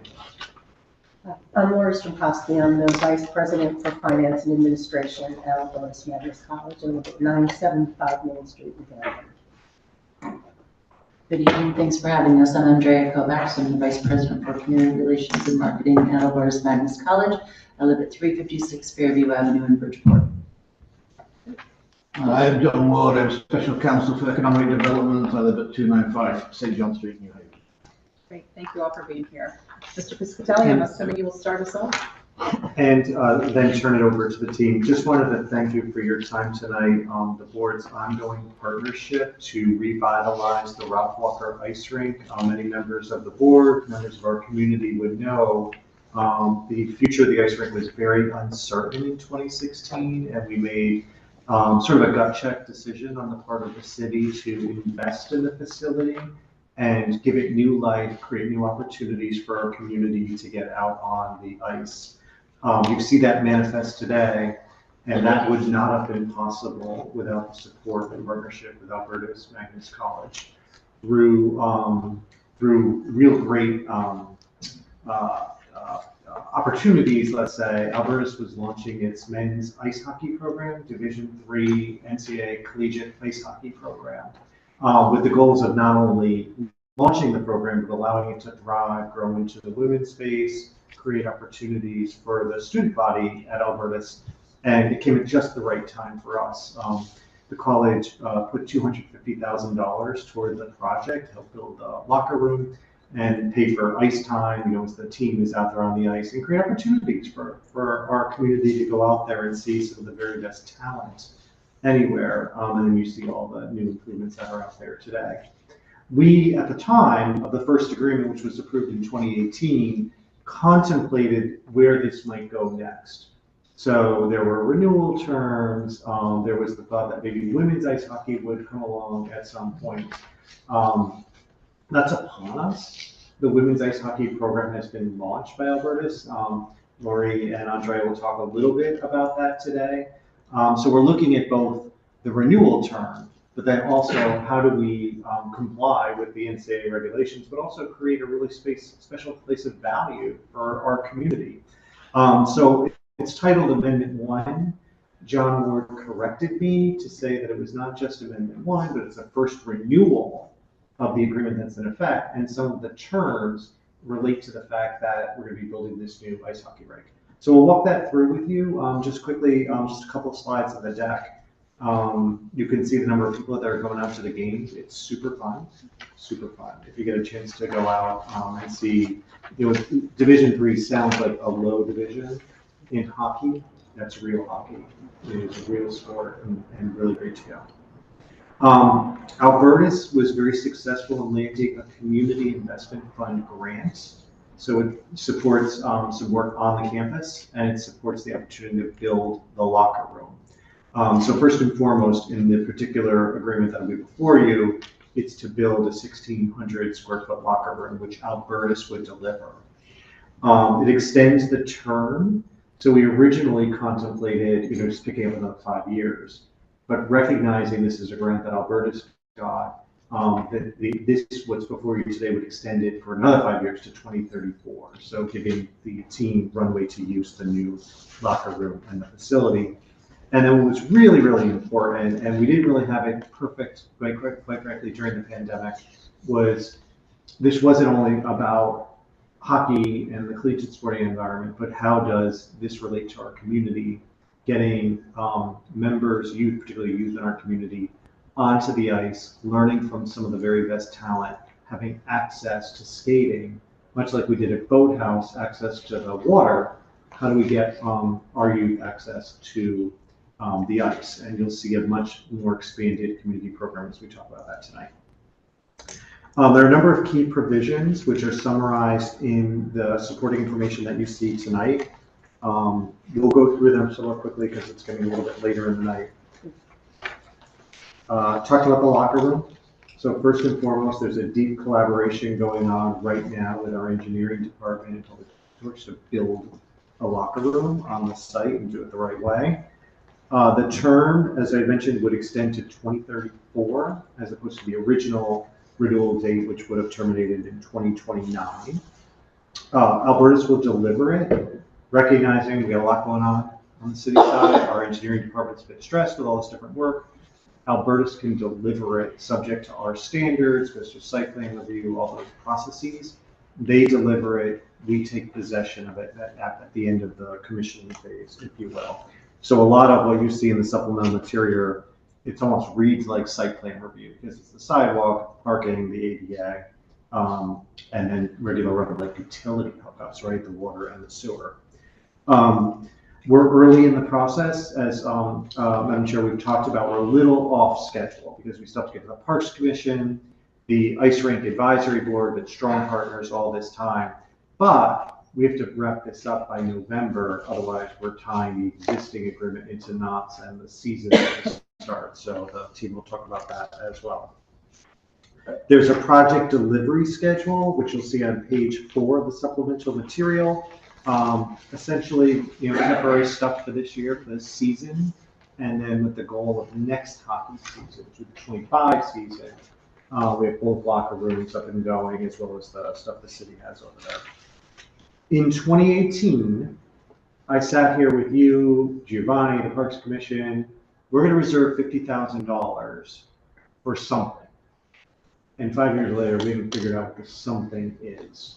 So part of this process is we still have $50,000, which the CAO's office and Albertus will figure out what physical improvement makes sense based on a contribution that's basically held in escrow. And we would welcome your thoughts as well as to, knowing the facility, what really elevates it based on, what we can do with about 50,000. The advisory board stays the same. Albertus is a member of the advisory board. There was a whole dialogue about the ice time schedule, so we're not overwhelming the facilities, prime slots with just Alberta's practice or all that. That was all worked out in a very collaborative way so that we don't put any pressure on the operator down there or the teams because they go to class, they go to practice. The rental rates are set on the basis of your fee schedule. So unlike when we first did the agreement, where we put the fees right in the agreement, now it just follows the regular running course and they pay the rack rate for public schools as school-related use. And then last, and maybe this is where it's a great point to pick it up, because I think the part, try to pick up a way to have meaningful programming in an era where student time is really tight. It's really hard to figure that out. You did something special here, and I'll turn it over now for you to talk a little bit about the program from your perspective, and then if you could talk specifically about the community program, that'd be great. Well, I think the most important part of this agreement is the word community. We received a community investment fund grant, and we are very committed to the New Haven community. We are in New Haven. We are celebrating our 100th anniversary next year. But I think what I would like to share is this is an opportunity for our really stellar student athletes, and they are athletes, but they are also students, to really have an impact with students from the New Haven public schools and give them an opportunity and access to a sport that in New England may be big, but isn't necessarily so in New Haven. And by really expanding the number of hours our athletes and coaches will spend with students by offering free admission to the games for students and their families, and just having some really great time. And I will mention we have other community involvement with the other community investment fund where we're working on a group, I don't know what it's called. Girls on the Run. Girls on the Run, because the other part of our grant is to have our turf field expanded, and the community really does use that. We're in New Haven, in the community, and we want to continue to do that. And so I will take zero credit on the plan that our athletics department came up working with their city counterparts, which kind of expanded something that started in the spring, taking it from just a few sessions to 15, but then many other opportunities for students to get out there and skate and work with our team players. And that's some really valuable time. In addition to the volunteer hours from our students and coaches, for those activities, we'll also be paying the ice time. So right now, just for our team practices and games, it's about $75,000 a year that we spend. So we'll be expanding that to cover all of these community events. And I will say, if you haven't been out to a game, it really is quite fun. It's a little cold. It is still an outdoor rink. But to see our students that come out to watch the game, as well as our student athletes, we're happy to be in New Haven. We're happy to have this partnership. I just want to add one comment about D3 athletics. We truly are student athletes, and so we are the most diverse Catholic college in New England. We have just been recognized as a Hispanic serving institution, and so when our students, our athletes, come out into the community, they actually look like the people who live in the community and not just any one particular group. And I think we all know for successful children need to see role models who look and sound like them, and they can start to pattern themselves after some of that. The other part of that with the student athlete is that they're studying a number of different things. So we just launched a nursing program. There could be nursing students who are also ice hockey players who are standing in front of a student from a New Haven public school saying, you two can do this. And you might even be able to do it right here in your backyard. New Haven Promise students often look at Albertus as an option when what they need is a very small learning environment. We have many wonderful options here in New Haven, but we are one of the only that's a truly small learning environment. And I will say that the launch of I've been here since the beginning of this, so the launch of the men's ice hockey, that was exciting. Renovating the rink, that was exciting. The first season, that was so exciting, and then the pandemic. And it took a little bit, maybe you might remember the pandemic. It took a little bit to get that flywheel going again, but we were able to launch our women's ice hockey program in the fall of last year, and in all of our sports, in all of our pursuits. It's always about equity, and equity on all levels. So being able to provide this for the women, that's why we went after the grant. We make sure that our women are on the ice as often as our men for everything that they're learning and everything that they're teaching the students, the children that they're interacting with. Thank you for that. Anything else that? Just the journey ahead for us is, all the regulatory bodies, of which we'll have Parks Commission and the Advisory Board, and then with your support, we would hope that at your next meeting, if it's a possibility you're supportive of it, we can discharge it such that we can get everyone on a runway to execute the amendment and the first renewal term by the end of October. And what Mr. Piscatello is referring to is that we don't have the physical amendment updated agreement in front of us due to some challenges, but we will have it by the time of our October meeting, where if we are satisfied with what we see and our questions are answered, we can discharge it in order to expedite allowing for the grant application to be delivered for their November date. Any questions on that part? Okay. The facility itself, looking at the map, where, just knowing that area, where is this locker room going to actually be built? Let's see, it's behind, got it? As you come into the property, and there's a main entrance to the facility, the locker room is really going to be right there. So it'll be a separate building, but they'll be able to go in that side entrance to enter the ice when the players join. So it's close to the men's locker room? Correct. Because that's where the men's locker room is too? Correct. Okay, so currently, because the program started last fall, are they sharing it? Is that what? No, actually, the city and the operator, Wonderland Ice, made available to us the public locker rooms. It's one for our team and then one for the team who came in to compete with us. And that has worked well. It's not ideal, and it's not comparable to what the men currently have. But it was very generous, and we got our first year up and running. Great. And what is the time frame for this, provided, everything falls through on our end as well as the grant? So we would like to be able to play there in our 25-26 season, which begins about October of 25, which again will be the anniversary, 100th anniversary of college. So a year from now, pretty much. But the women are playing? They are. Okay. All right. Great. We look forward to that schedule. Colleagues, any questions? Alder Marks. Okay, thank you, and thank you for the rink.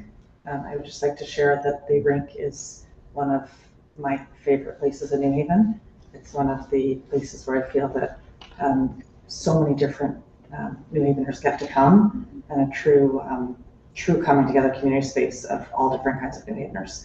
So it's a gem. It's a gem, the rink, and thank you for all you do, and thank you for your promotion of women's hockey. In addition, my family spends a lot of time at the rink at Free Skates, and I have a youth hockey player, Rafina, who does some of her personal training there. So thank you for the facilities. They're absolutely gorgeous. The city and the collaborative. I do have a question though. As a parent of a youth hockey player, might be the only hockey mom on the Board of Alders, there's enormous barriers to entering hockey. The first barrier being that you don't learn to skate in one session. The second barrier being the cost of equipment and the cost and parental commitment required to be a participant in youth hockey. I see some head shaking, but it's an extraordinarily expensive thing for any youth to do, from equipment, through fees, through literally skate sharpening that needs to happen after 8 skates if you're going to be serious about it. So I am sort of curious to know if there are visions. Seems like as exciting as these things you're offering are, they're tempting something that so many of our children won't be able to participate in. So you can watch a game, but the barrier to you participating will be insurmountable. I do know about certain programs that, there's something maybe called Skate Haven that was using the facility a little bit, which was providing free equipment, and I think they were actually linking with the Junior Rangers for some money from NHL franchises that provide. And I think what New Haven really needs is a gateway for low cost or subsidized youth hockey participation at a team level for children, even if it's at the lowest level, and wonder if there's input into your conversations about the growth of community agreements from youth hockey advocates and youth hockey advocates who seek to open equity and inclusion in what really is a great sport. I would have to say we're not quite there yet. The part of the community involvement is Learn to Skate, and the rink operator will provide the skates and so forth. We have had some conversations with the Connecticut Whale, which is a women's professional hockey team, and I think there's some potential for that in the future. I can certainly bring your thoughts back to the college, because having some friends who are hockey moms, I recognize the commitment, the time commitment, the money commitment, and some of these kids may not have that. But that is something that there are probably funders out there. Would you say, Marjorie? I would, and I think that's a perfect example of the need for further collaboration. So, we can't fund the equipment for a youth hockey skate program, but we can bring our students there to help them learn to skate, to be role models, and to make it fun and exciting. There are funders, and how do we connect, right? That's a whole separate thing we need to focus on, but that's how this will grow. And children, often something like this, you play a sport in school, and then it becomes more accessible. I don't even know how that works. I'm not suggesting, because I don't really know how that works, but I know that those are the opportunities that make it accessible when there's no one at home to tell you to practice or sharpen your skates or buy you the equipment. Those are the kind of programs that help kids succeed. And I think our hallmark in all of this is we're always looking for the opportunity to collaborate. That's how we get things done. It's, writing the grant, partnering with the city to say this is what we want to do because we want to build a proper facility for our women's ice hockey players. We don't have a few $1 million laying around. How can we make this happen? Who do we need to collaborate with? And to do what you're saying, I think that requires several more of us to come to the table and say, who do we know and how can we collaborate and how do we write a grant to do just that? Well, thank you. And to the city, I hope that, this could be part of a conversation with the city, with Parks and Rec, that we can invest in, hockey as a equity expansion hockey. Given Completely aligned with, and I might admit more than I should, how much I understand what you just described, and the barriers are phenomenal, particularly in terms of time, just time. New Haven Public Schools, I would add to that conversation as well. So in this particular agreement, I think one of the things we can feel most good about is access to the talent at Albertus. which in the first agreement we really have that, the time of the players, the time of the coaches to create that level of excellence and inspiration. We had actually talked a little bit about like, well, Yale Youth Hockey in Northford, like why can't we do that? And Albertus reminded us, small Catholic college relative to the size and scope of Yale. So to your point about partners, I think it's starting to bubble and would welcome more thought partners because quite frankly, so many few people have the experience you're describing. It's hard to convey how astronomically different those barriers are relative to basketball, football, and other regular run youth sports. Alder Smith. Thank you, Madam Chair. Thank you all so much for coming to present tonight. The Ralph Walker Hockey Rink is based in my ward. I've used the community room often, gone to games, and am excited about that area being even more activated. Just a few questions around the building itself and potential surrounding community partners. Have you all engaged Corsair in the plans and just gotten their feedback as a nearby neighbor? Chris Flanagan, our engineering department, has maintained that relationship in part. Some days it's sharing the parking. At other times, as we've done some of kind of event because that space that they have. We've not revisited it recently though, and it would be nice to do that. Yeah, it looks like there's no anticipated parking impact in the long term, but it would be, and I'm happy to help in that conversation with Corsair as well. And for the list of potential engagements with New Haven Public Schools, it looks like you have an existing partnership with New Haven Public Schools. Have they been engaged on these prospective partnerships and provided their thoughts on what would work best for their students? I believe that they participated with our coaches in coming up with the proposal. And then just for the facility itself, what will it look like? What's the outside? I know there's some description in here, but what's the aesthetic going to look like? Because I know some residents will see the construction, if this were to move forward and be interested in what's coming up. So it's going to look like the existing construction. So it'll have the similar siding on the sides, it'll be similar colors. So it should blend well. And then my last question, as it relates to the programming, first of all, excited about the Meet the Falcons program. As a 12-year-old who ran up to my Kentucky Henry Clay High School basketball team, girls team, to get their autograph, I still have that autograph and I was very excited as a 12-year-old.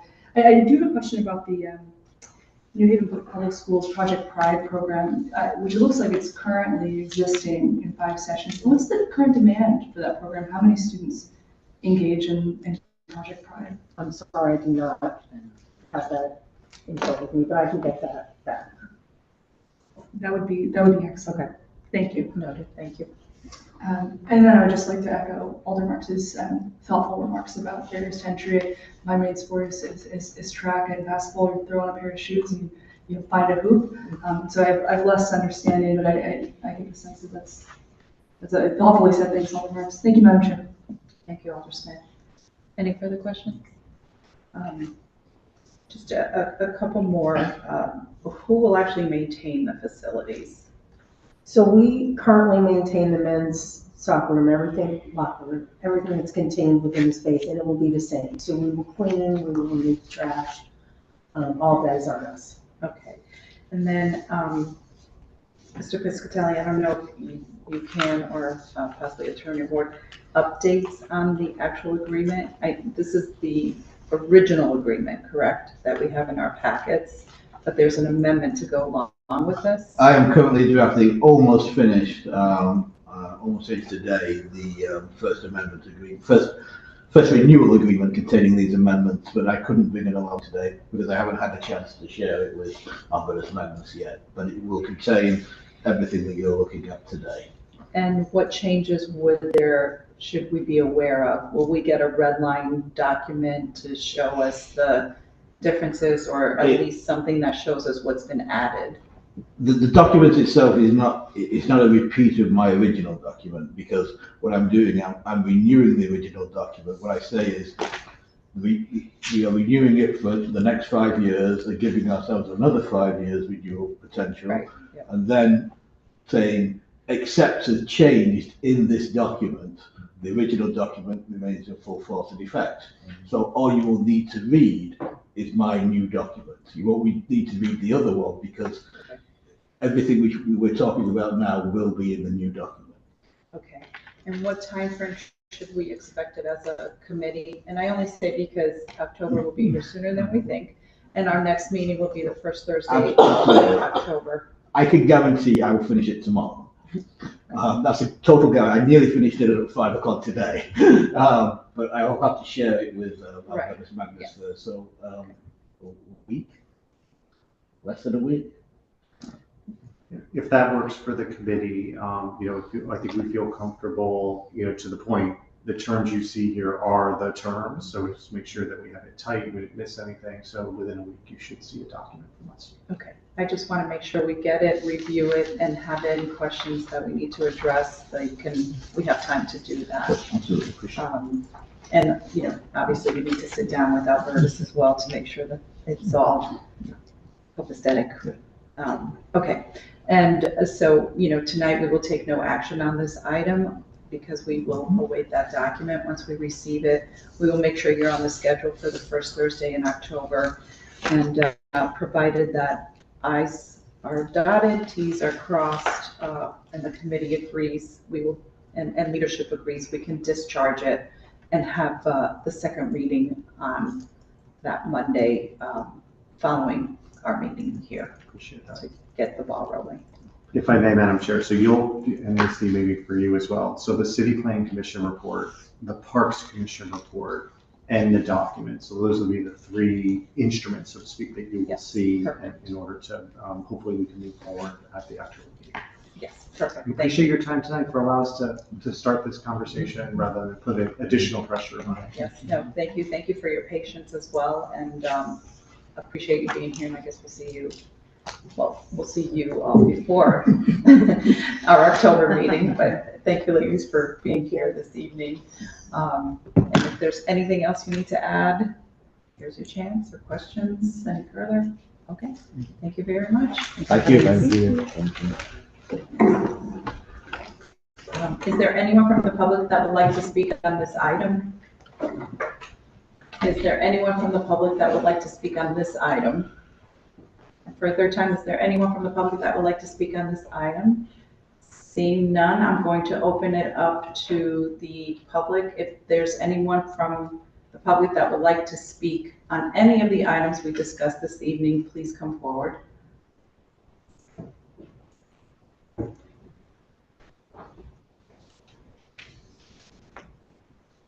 Good evening. Good evening.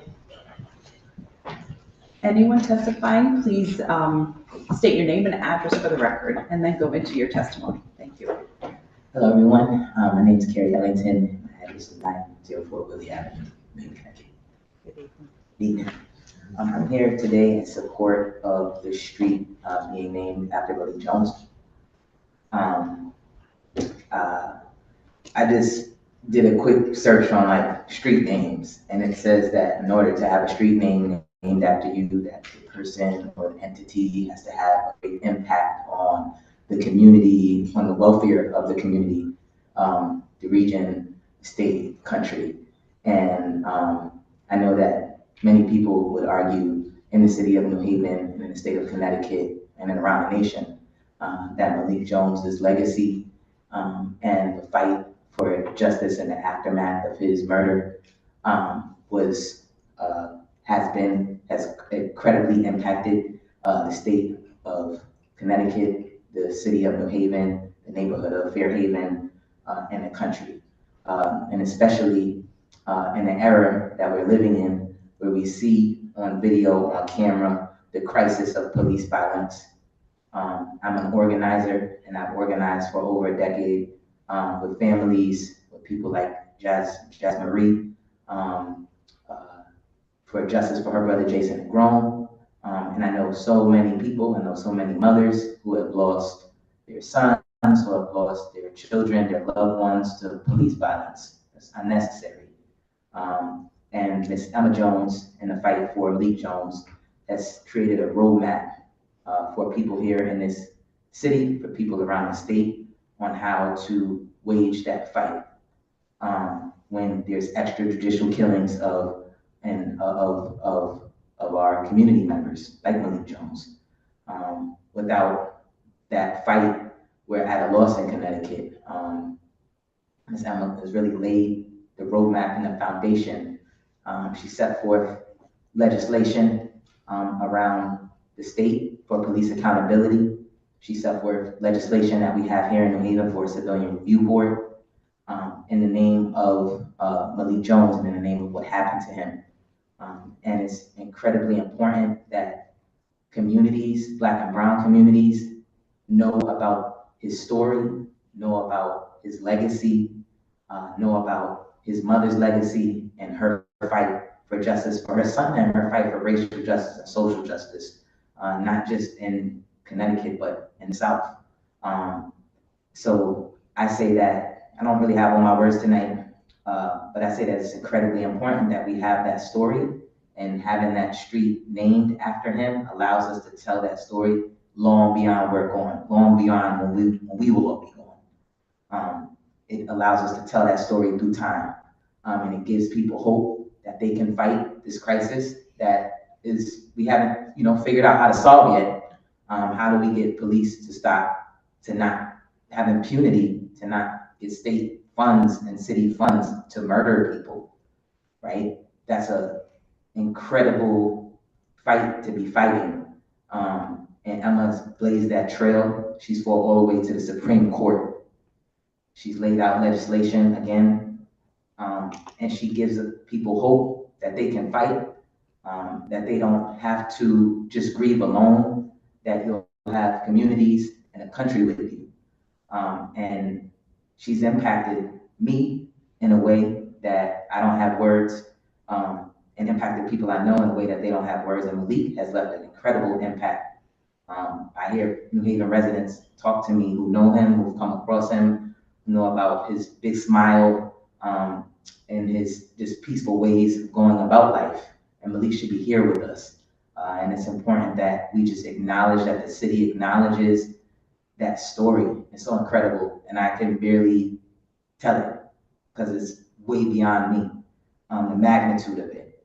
And we have so many names, named after, I'm sure, people who are important, but people who have, are long gone for hundreds and hundreds of years.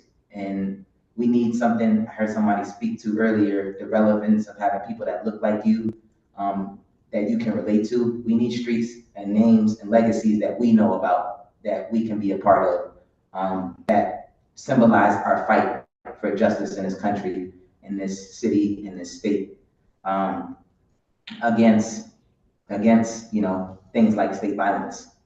That's an incredible story to be told, and just by putting Malik's really powerful name up there on that street will allow us to tell that story through generations. So yeah, I just want to give my voice and to say that I stand in support for the street being named after Malik Jones.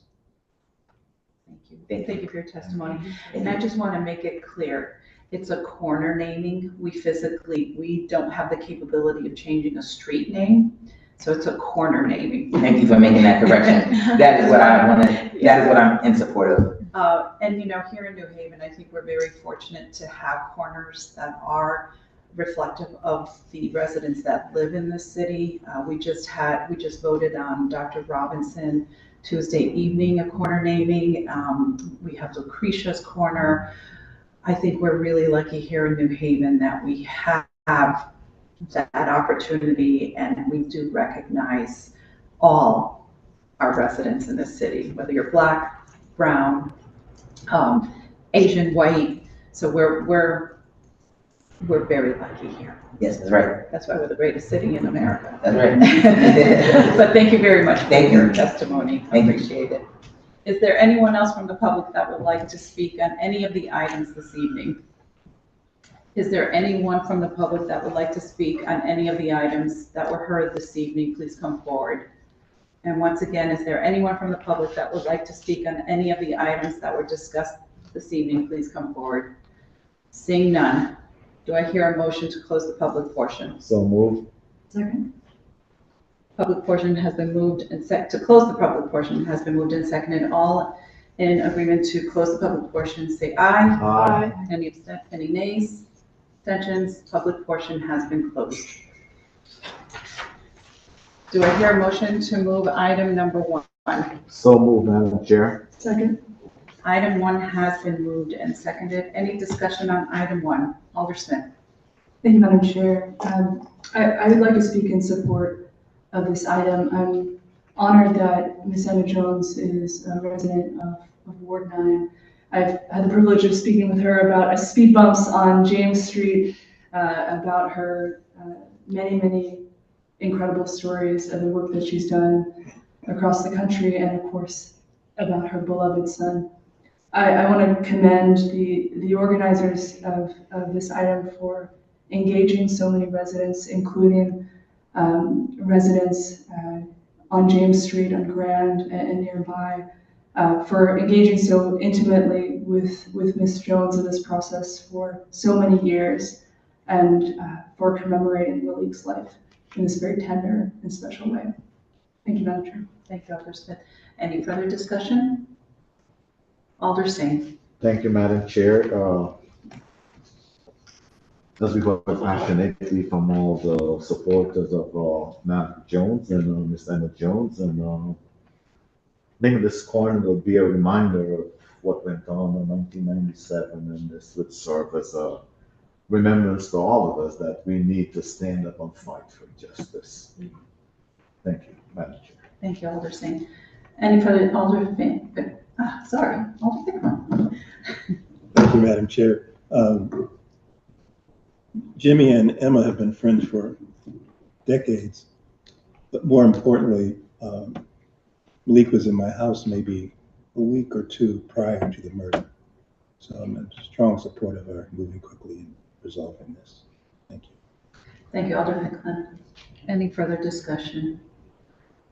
Seeing none, we can take a vote. All in favor of this corner naming, say aye. Aye. Any nays? Abstentions? The ayes have it. The item carries. Do I hear a motion for item number 2? So moved, Madam Chair. Second. Item 2 has been moved and seconded. This is a read and file, so do I hear a motion to read and file this item? Madam Chair, I make a motion to read and file this item. Second. Okay, motion has been made to read and file item 2. Any discussion on item number 2? Alder Smith.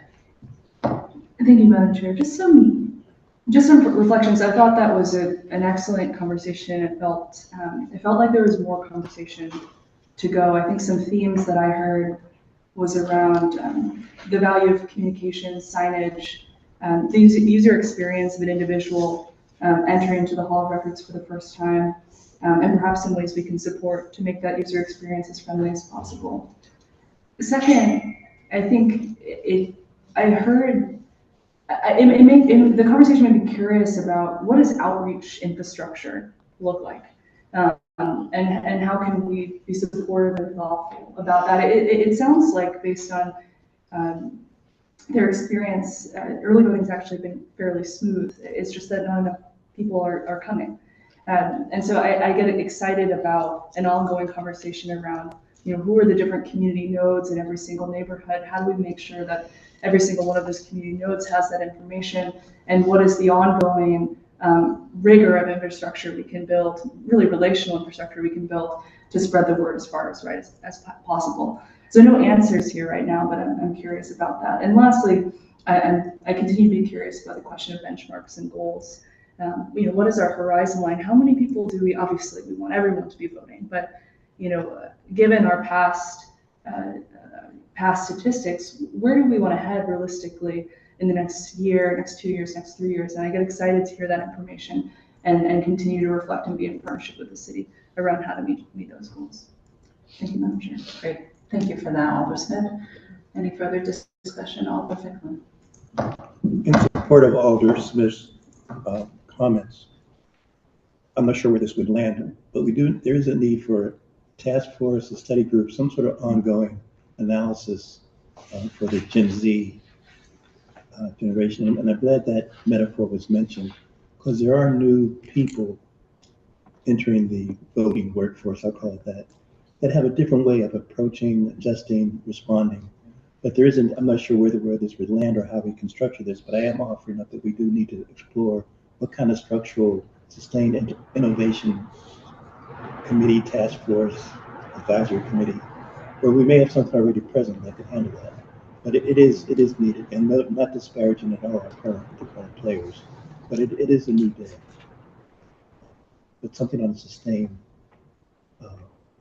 method structurally from an infrastructure needs to take place. We need to explore that feasibility.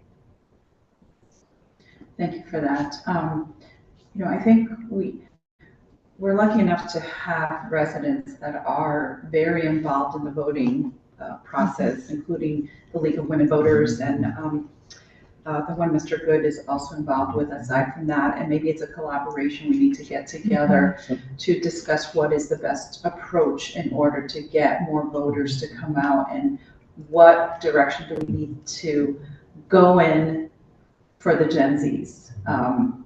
But that leads up, it's Gen Z, it starts with, the greatest generation to the very best generation, which is mine, Gen X. But yes, we have to look at what is going to attract more voters to come out of all ages, and make sure that we are thoughtful about the processes.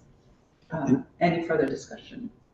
If I may, but I think I just want to mention, just very briefly, I did ask Legislative Services, Aldersmith, for the ward turnouts of the last election, percentage of registered voters and percentage of each of the particular wards. And so that macro data is available per ward. Yes. And so setting goals, and it certainly has been Ward 28, I think we came in like 5th place, 4th place, but not 29th. But we're going for number 1, so let me just let you know, I'm sure. Yes, and this conversation will continue as well, because as we learned early voting, we implemented that for the last 2 elections. And so we have an idea of how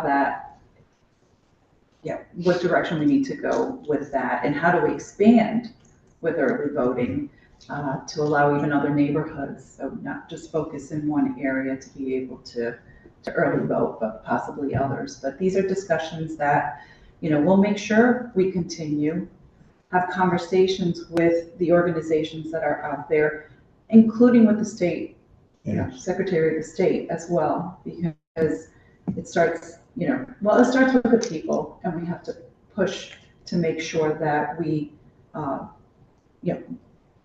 do the right thing to get people out there and vote. And I stress this every time, and especially we females. We need to vote. It's our right. It's a privilege. It is what countries are fighting for even today, to have that right of democracy to vote. And it's foolish for people not to go out there and vote because maybe you don't like this candidate, you don't like the other candidate. Too bad. We have to vote. It's our right. And it's a shame that not everyone practices that right to vote. So I can't stress that enough. And I'm sure everyone here is going to vote, but we need to push others to get out there and vote, regardless of how they feel about whatever candidates, because it's more than just a ballot of 2 candidates. It's a lot on there, including a referendum for the presidential election for this year. So we will continue to work together to get out the vote and make sure that we spread the word out with getting people out there. Thank you, Madam Chair. I'm in full support of what my colleagues have said regarding supporting Gen Z and task force and investing and really discussing. I want us to make sure that we're doing that, as you said, for all the voters, because as things become more computer driven, more QR code driven, we even just heard the response here tonight. The older of us, and I put myself in that category, don't always find that helpful. We sometimes find it difficult to navigate. And what I'd like to suggest is I feel like this committee asks really great questions of the city staff, who I know works tirelessly. We sometimes get sense that the city staff is so consumed because their plates are so full with the details, with the 200 incoming ABs from overseas, from the, the 24,000, expected absentees, just registering and keeping the actual ballots safe from place to place, that they are so consumed with the mechanics of running things that I sometimes get the impression, without disparaging them in any way, that they don't have the bandwidth for some of the bigger questions.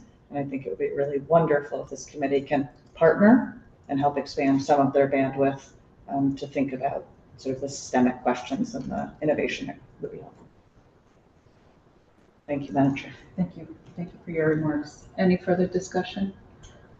Okay. All in favor of reading and filing this item, say aye. Aye. Any nays?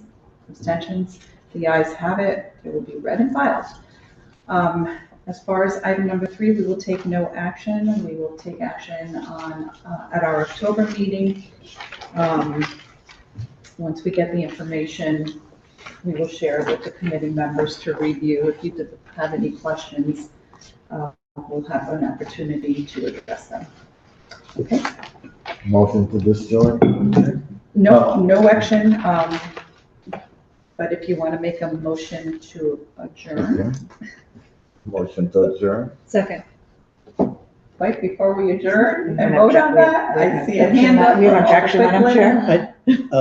I just wanted to mention that all of our committees are important. Finance, public health, public, whatever, community. But city services, I don't think the community understands the breadth and scope of what we are doing and can do moving forward. I'm thinking more and more about that, Madam Chair, and we'll continue to kind of raise some suggestions. But our city scope, we really are if you will, the infrastructure for all those other things in some form or fashion. It's a very important committee. And I appreciate you all showing up for meetings, because it is important that, and you're right. And of course, I am open to any suggestions from the committee, anything we want to discuss, workshops, public hearings. Give us some thought and we can get the ball rolling. Great. Thank you. I appreciate you saying that, Alder Ficklin. Thank you. The motion has been made to adjourn. It has been seconded. Any discussion on adjournment? Okay, seeing none, all in favor of adjournment, say aye. Aye. Any nays? Okay, we are adjourned. Thank you. Thank you, Madam Chair. As a representative of. Of the what? Oh, yeah. Even though there's no. I know. Bottom right. Oh.